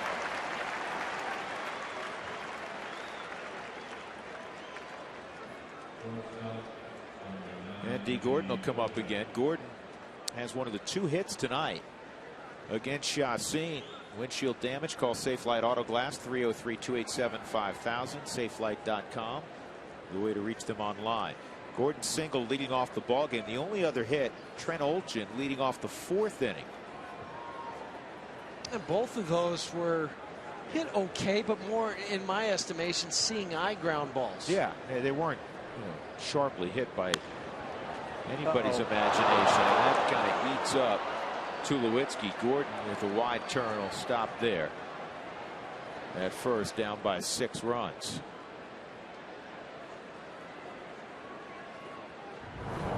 As soon as this ball was hit, thinking, uh-oh, because you know you're going to get an in-between hop. Troy tries to hit it right off his chest maybe, but the ball kind of slid a little bit on Troy. They haven't scored it yet. Olchin at the plate. And now D. Gordon will move up. They're giving Gordon a base hit, and he'll move up on the wild pitch.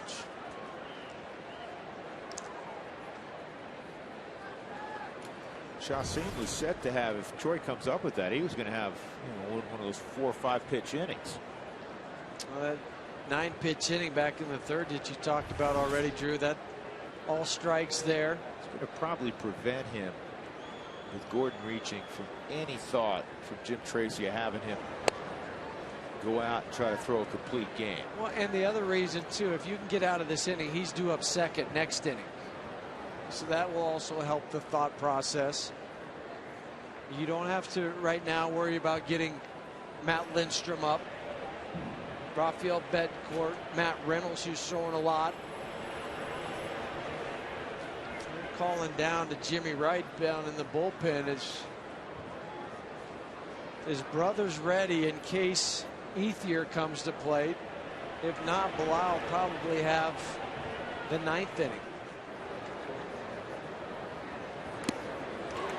2-1 on Trent Olson. Sydney, Australia.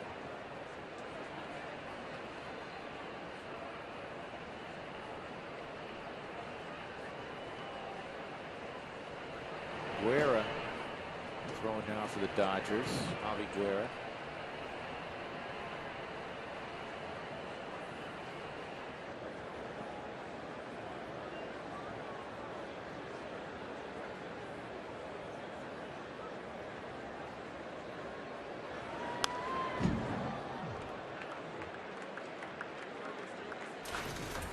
Two balls, 2 strikes.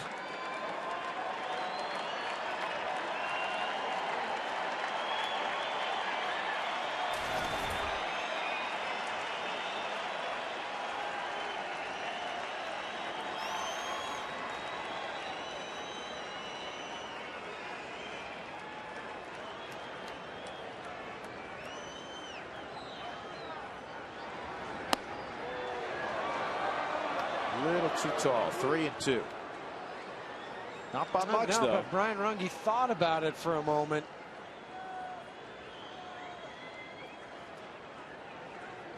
I think he would have had too many complaints if he would have rung him up.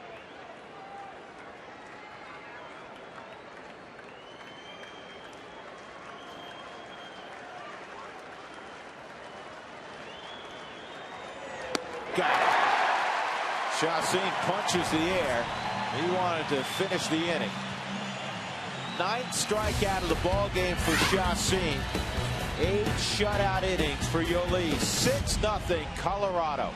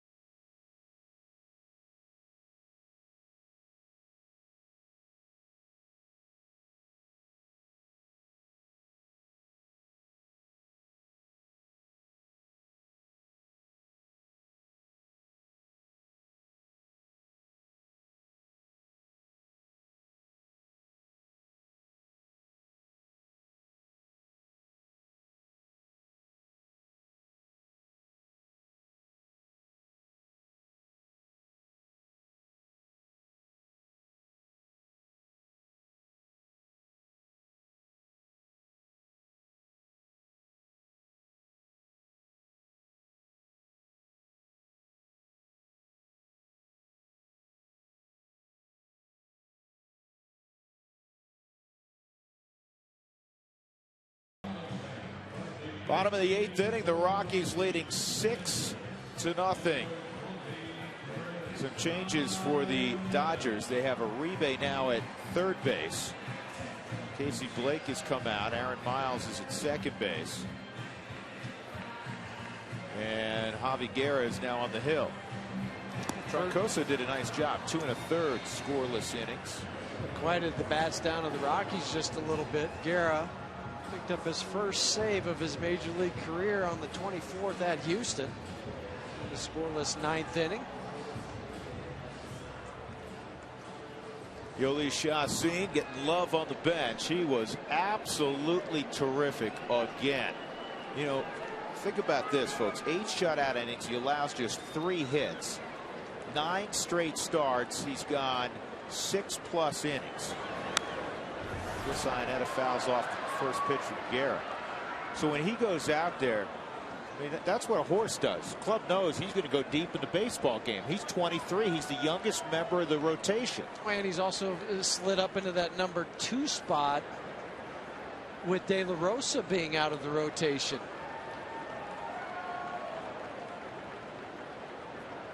And he is more than equipped to handle that. This ball's pulled foul. I'll tell you something else. Coming into the ball game, the league was hitting .207 against Chacin. That was the 3rd best mark in the National League.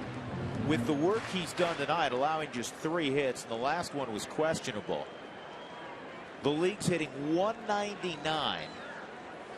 .199 through 13 starts against Chacin. The only pitcher in the league better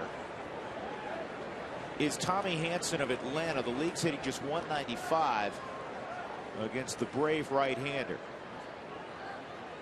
Both of those guys are in the top 3 as far as pitchers with runners in scoring position too. So it showed tonight what Yoeli was able to do the couple times he had traffic out there. Tommy Hanson, as you mentioned a moment ago, clubs are hitting 111 against him with runners in scoring position. Yoeli 135. They were 0 for 5 tonight were the Dodgers. Fouled off again. They're the first 5,000 kids. That's right, first 5,000 kids on June 19th. The game against the Tigers will receive a Troy Tulowitzki youth replica jersey courtesy of our good friends at Remax. Get your tickets because those things are going to go fast.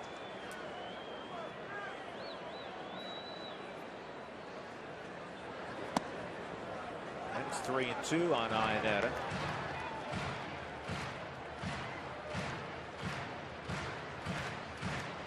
Is that the scorecard accurate? It doesn't matter. They're attempting to score a ball game. And they're still doing it in the 8th inning. Look out. Huey, see, that's where he used to sit. There's some cute kids. That's a foul ball. You don't have to mark that down. No, it's a foul ball. ball. We don't have to mark that. But he has glove. Get the glove ready, though. I'm going to protect you while you score. That's what good friends do. That's right. This ball is roped to left, and it is over the head of Olchin. Chris Iannetta to second. Olchin just now getting to the baseball. And Iannetta said, I'd love to have a triple, but I think I'm going to stop at second. I'm good with my 8th double. That's a double. That's right. However you want to write it down, 2B doubled. All scores the same for Chris Iannetta. This was the old frozen rope. Guerra tried to sneak the fastball by Chris. Olchin kind of fell down after he went after that ball. Hustled after, got it back in to keep Chris from going to third.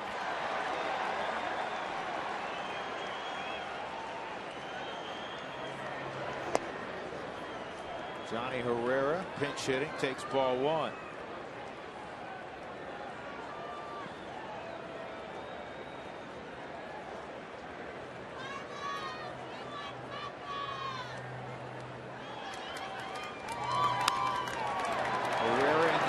Center, and Iannetta got a bad read. He's going to get doubled up as Gwynn made the catch. Chris Iannetta thought that was going to drop. And it's a double play, 8-6. 8-4, actually, because it was a second baseman cover. A better read from Tony Gwynn Jr. than the ball he had earlier in the game, than an easy flip to Aaron Miles. Chris just took off. He thought that ball was going to drop in there. Carr goes 3 for 4 in the ball game. He scored a run. He has a stolen base. He's got a 4-hit ball game. That's 7 hits in the last 2 days for Carlos Gonzalez.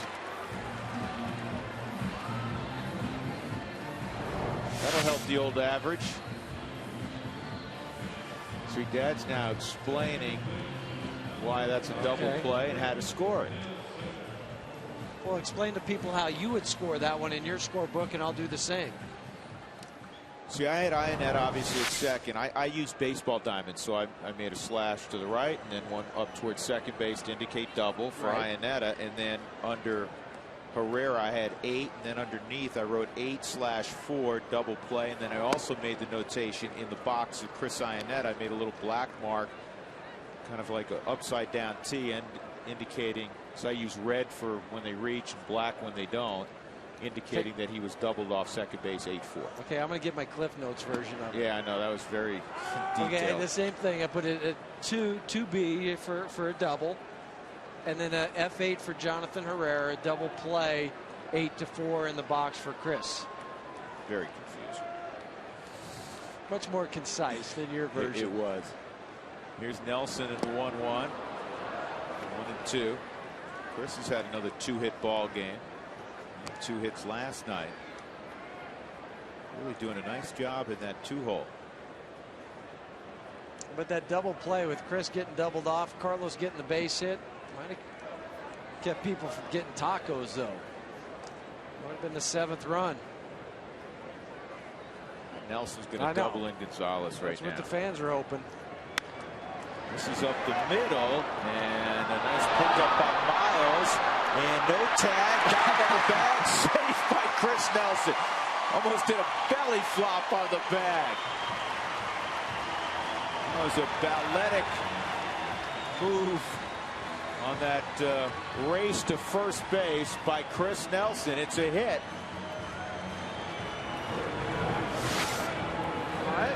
Aaron Miles, just to be able to get to it, thought he might have time to set his feet and try to make the throw. He didn't. DJ Rayburn at first sees that James Loney does not tag him as he goes by. What body control from Chris. That allows Helton to hit. He's got 2 tonight. That misses. By the way, with Gonzalez producing 4 hits in the game, it's the 9th time in his career he's done that. He's never had a 5-hit ball game. It's his second 4-hit game of the season.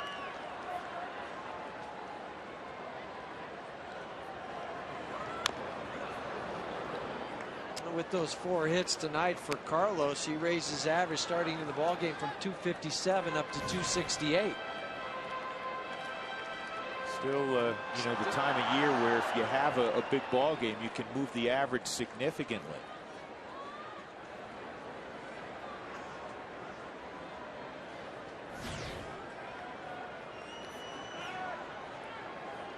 Cargo 226 at bats coming in. 2-1 on Todd.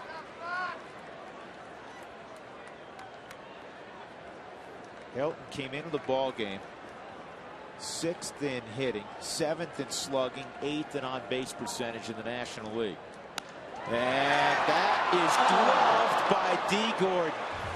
We talked yesterday about his incredible hops. He just stole a hit and an RBI and tacos from the Rockies and Todd Helton.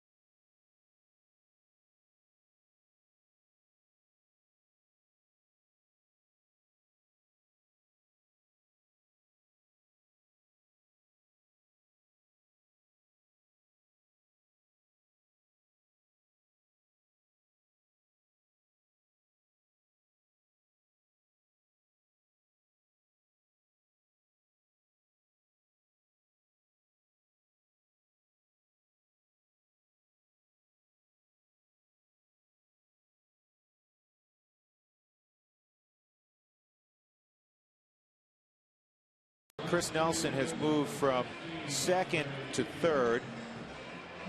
Johnny Herrera's now in the ball game. He stays in the game at second base. He pinch hit last inning. Todd Helton comes out, and Ty Wigginton will play first base here in the 9th inning. And Matt Belisle will try to get those final 3 outs. And Matt was up in the bullpen last inning in case Jim Tracy needed him. Did not need him with the strikeout of Olchin. Matt can come in, finish this ball game out. Andre Ethier 0 for 2. He walked his first time up. 1-1. Hey, a big shout out today to the Rockies, to Root Sports, our colleagues there, and all of the great boys and girls from the Boys and Girls Clubs of Metro Denver. Jeff, you and I were out. Mark Stout was out this morning with Matt Belisle, Carlos Gonzalez, and also Johnny Herrera and Brian Jordan, the strength coach of the Colorado Rockies. Strike 3 on Ethier. And there's Matt. Matt was working naturally with the pitchers. Johnny Herrera, Jeff Houston working with the infielders. I saw Mark Stout's red glove made an appearance. Yeah. What a fun day that was today. Yeah, Cargo working with all the hitters, and the kids had a blast. And it's the 5th annual Rockies Root Sports Boys and Girls Clubs outing. Matt Kemp is going to pinch hit, so that consecutive game streak will stay intact. And I think Don Mattingly's aware of that. He understands, and I'm sure he told Matt, go up there, don't run hard. I don't care what happens in this game. If you think you can get a hit, I don't care. I can't lose you for a long period of time. Kemp with a little hamstring strain. And we were talking earlier about Ichiro and his streak. The reason he's sitting tonight, he's hitting 252 on the year. Yeah. But you know what? You and I will look back in 6 weeks and you'll be hitting 320. Right. But that's why he was getting a night off tonight. And who knows what will happen, whether he'll go into a ball game late. So Kemp now has played in 269 straight, which is the longest run in baseball. And also good for Matt. Matt Kemp, that is. It's something to be proud of. Now everybody around the Dodgers not only singing the praises of what Kemp has done on the field this year, but also how he's grown up and matured. He had a rough season last year, and a lot of it played out publicly. Feuded with Larry Bow and Bob Schaefer, 2 coaches no longer with the Dodgers. His agent Dave Stewart feuded with them. Very obviously public relationship with with the singing star Rihanna. But never once did he ask out of the lineup. Nope. In this day and age, very rare.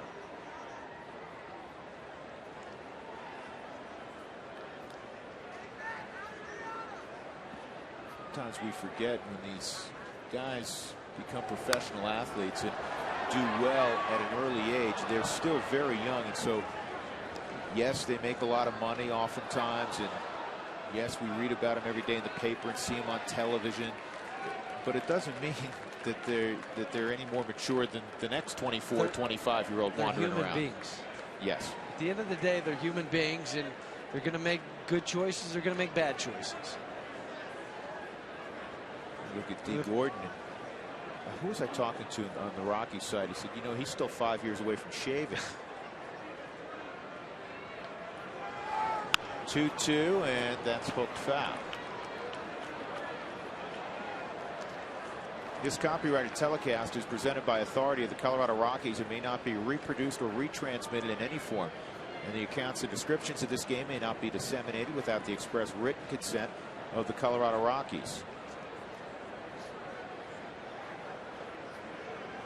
1 out in the 9th inning, 6-0 Colorado, and that is a foul ball. Tell you what, Kemp's got to be careful. Just watching him walk right now, he's favoring. Kind of dragging that leg along. Yeah. Where you don't want to stride out. You don't want to do anything where you feel like that hamstring that's already tight would end up stretching and pulling more. And that's that first hard stride out of the box. It's instinct. You can't tell a guy to say, okay, don't run hard. I know Don's told him that. Don't run hard, Matt, but you're conditioned to go hard all the time. And I'll tell you the other thing is it looked like it may bounce over the mound, and if the umpire doesn't realize it's a foul ball, he's thinking, hey, leg hit. That's how you're wired. 3-2.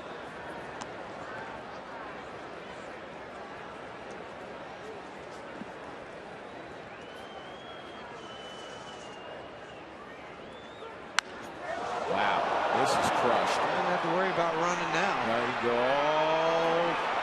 Take all the time you want. That's up on the concourse. Matt Kemp, bad leg or not, is in a special zone right now. And he helps the Dodgers avert the shutout. That's his 6th home run on this road trip, which started June 3rd. It's June 10th.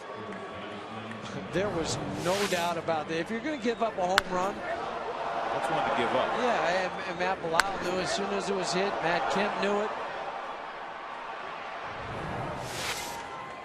See many balls go up onto the concourse. Talked about Troy's home run earlier.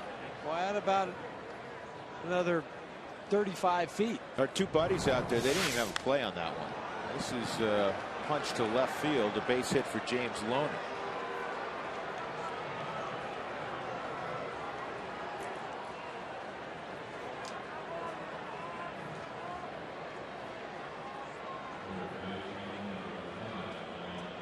That was hit a long, long way.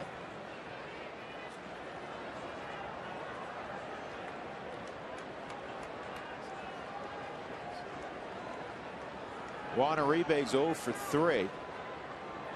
1 out in the 9th inning. Strike 1.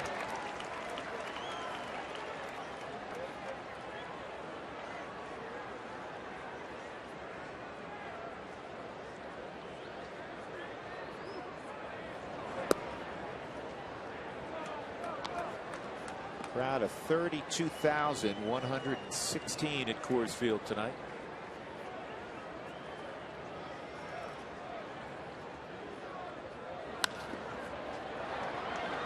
Billboards may have a play. Did he make the catch? No, a fan did. But because of where it was in the stands, it was not fan interference.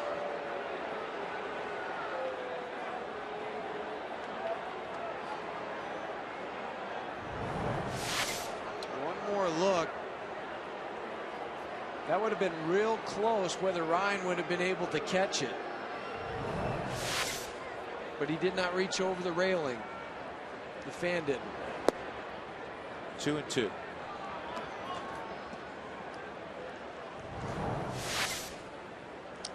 A bit better angle. I don't think Ryan was going to be able to catch it. See if a fan catches this one. It's easier on the hop. Yeah. Especially on the 4th hop. It helps when you're the tallest guy in the bunch. You don't reach everybody. That's how I usually grab the foul balls here. 2-2. A little more on, yeah, a little more on Matt Kemp. 6 home runs, 18 driven in over his last 10 ball games. That wasn't quite Kirk Gibson coming out of the dugout on one leg, but that was impressive. 2-2. This will pop up and playable in left field. Charlie Blackmon waiting. 2 outs.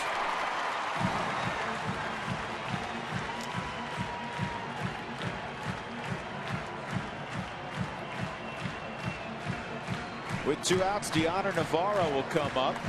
You know what I'm looking forward to doing? Getting these towels and throwing them out. That's right. It's going to be a new tradition. Every time the Rockies win, we're going to throw out these wins for kids. Root Sports, Colorado Rockies towels right here. You got to get one. Yep. Hold on to them and then bring them to the ballpark. And every time the Rockies, as the season goes on, every time somebody hits a home run or a great play is made, we'll wave them. Navarro fouls this one off. 0-1. And we're going to help you guys out too, because if you sit below us again at the end of the night, we'll throw 12 out. 12 of them. I already gave you your 6. I'll take my 6. Listen, you just had rotator cuff surgery. I'm Don't get hurt. left-handed.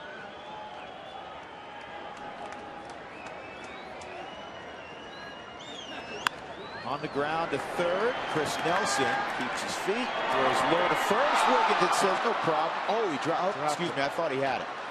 That'll be an error on Chris. That's his first. And so the inning will continue with Tony Gwynn. He kind of stumbled initially. Bobble, yeah. When Chris was going to his left, notice how he gets off balance. And then he kind of got long with the feet, stood up too much instead of keeping the legs and everything bent. Ty tried to come up with the pick. I'll tell you what, it also shows you, and Ty Wigginton made a great effort on that, just how good Helton is. Yeah. And the other thing, too, on that particular play for Todd, it's a forehand pick, not a backhand pick like Ty had to do. You want Street hopefully to be smart. He's going to get loose just in case. 2 outs. He got up just a moment ago, but he's in that place. And he's done it long enough where he's showing about 50% down there in the bullpen. He's not firing to get hot to come into the game. Taking a little bit of time in between pitches. But if Gwynn reaches, he'll be in the game. So it's that fine line. Here's the 1-1. This is sliced to left, and it is a foul ball.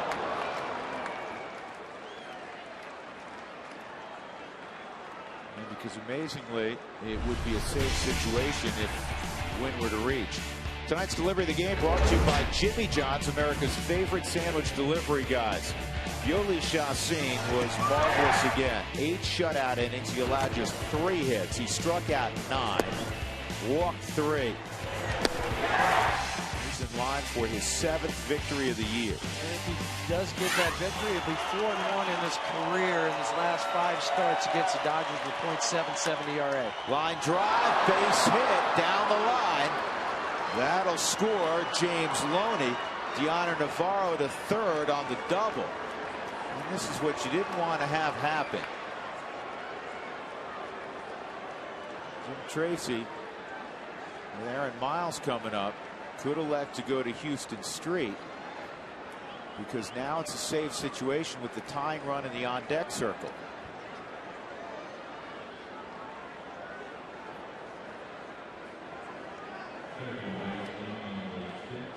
He's going to go get him.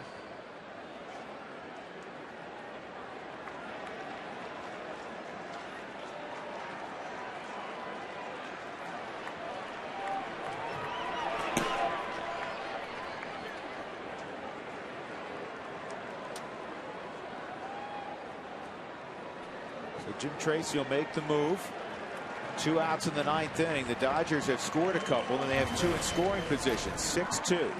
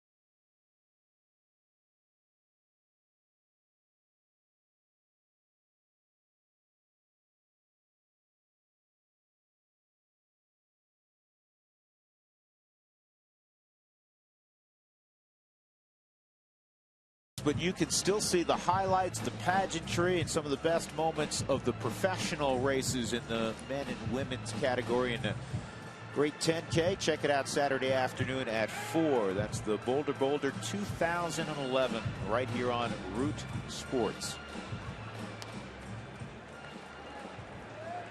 So Houston Street is on.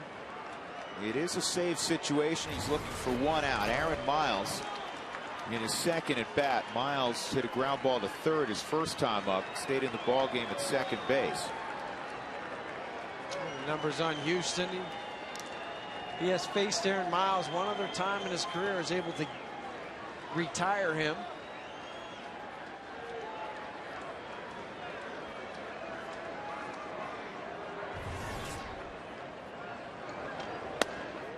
On the outside corner for a strike. If Miles were to reach, Rod Barajas, that home run potential has come out in the on deck circle for D. Gordon.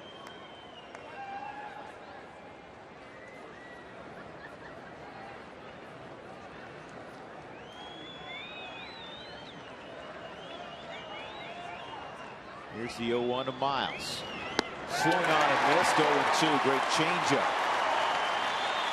81 miles an hour on the change.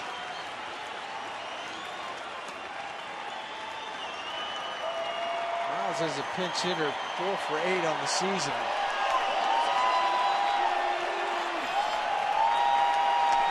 $32,000 standing. 0-2 on Aaron Miles.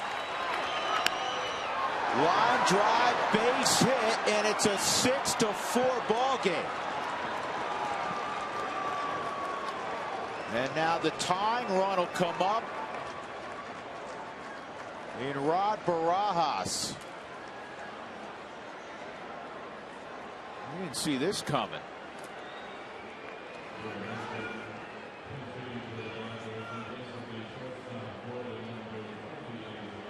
He just punches his ball into center field.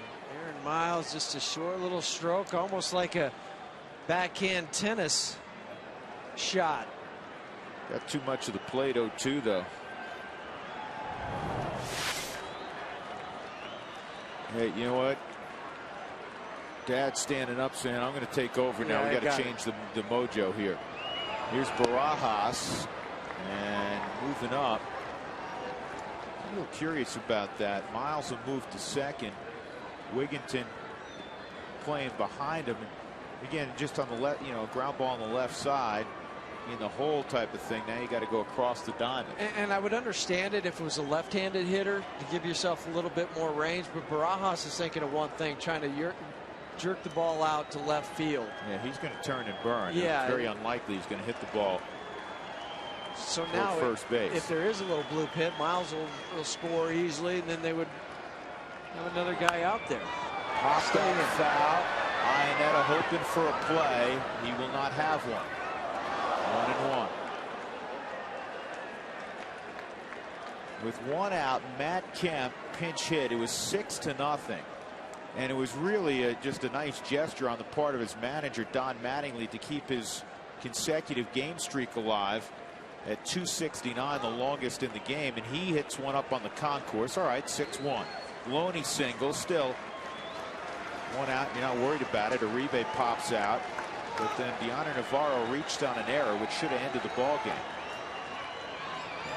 Swung on and missed. It's 1-2. Wynn doubled. Miles just singled in 2. That's why this thing's gotten a little frightening in the 9th inning.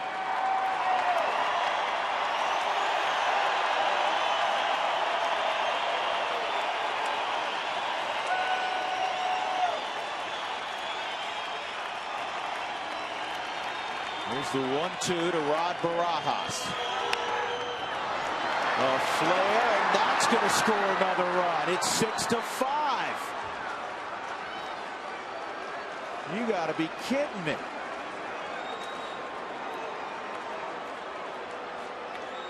And now they'll run for Barajas. Jamie Carroll will go out.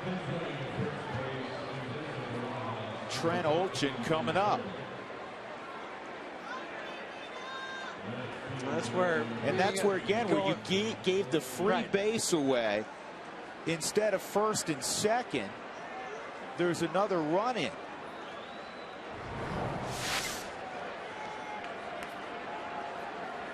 He went down and basically golfed that ball. Just kind of threw his bat out there and hit it into center field. Trent Olchin in the game is 1 for 3 and a walk. An emergency start because Kemp couldn't go.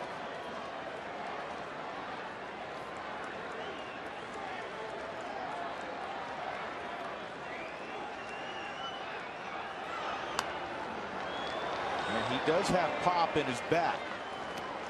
8 home runs down in Albuquerque. A lot of it's to the right field line, and Rex Brothers quickly gathering some steam with Andre Ethier on deck.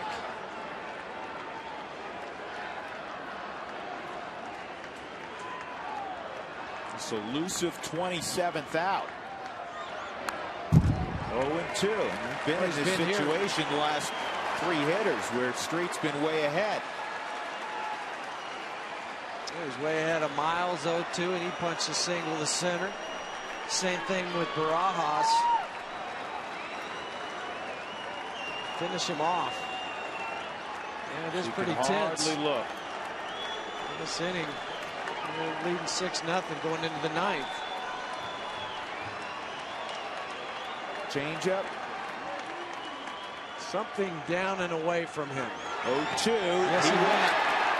Strike 3, ball game. Rockies survive a 5-run Dodger onslaught in the 9th, and they win it 6-5. All's well that ends well, as the saying goes.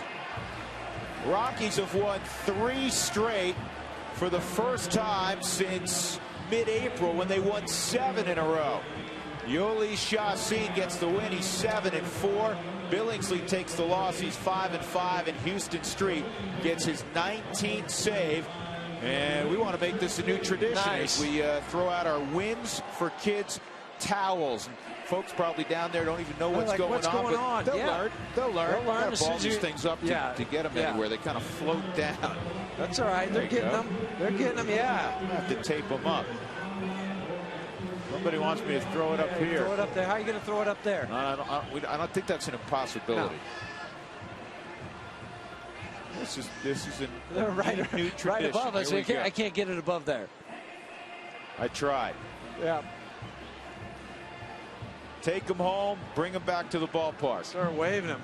Woo. Rockies win it. The final score 6-5 over.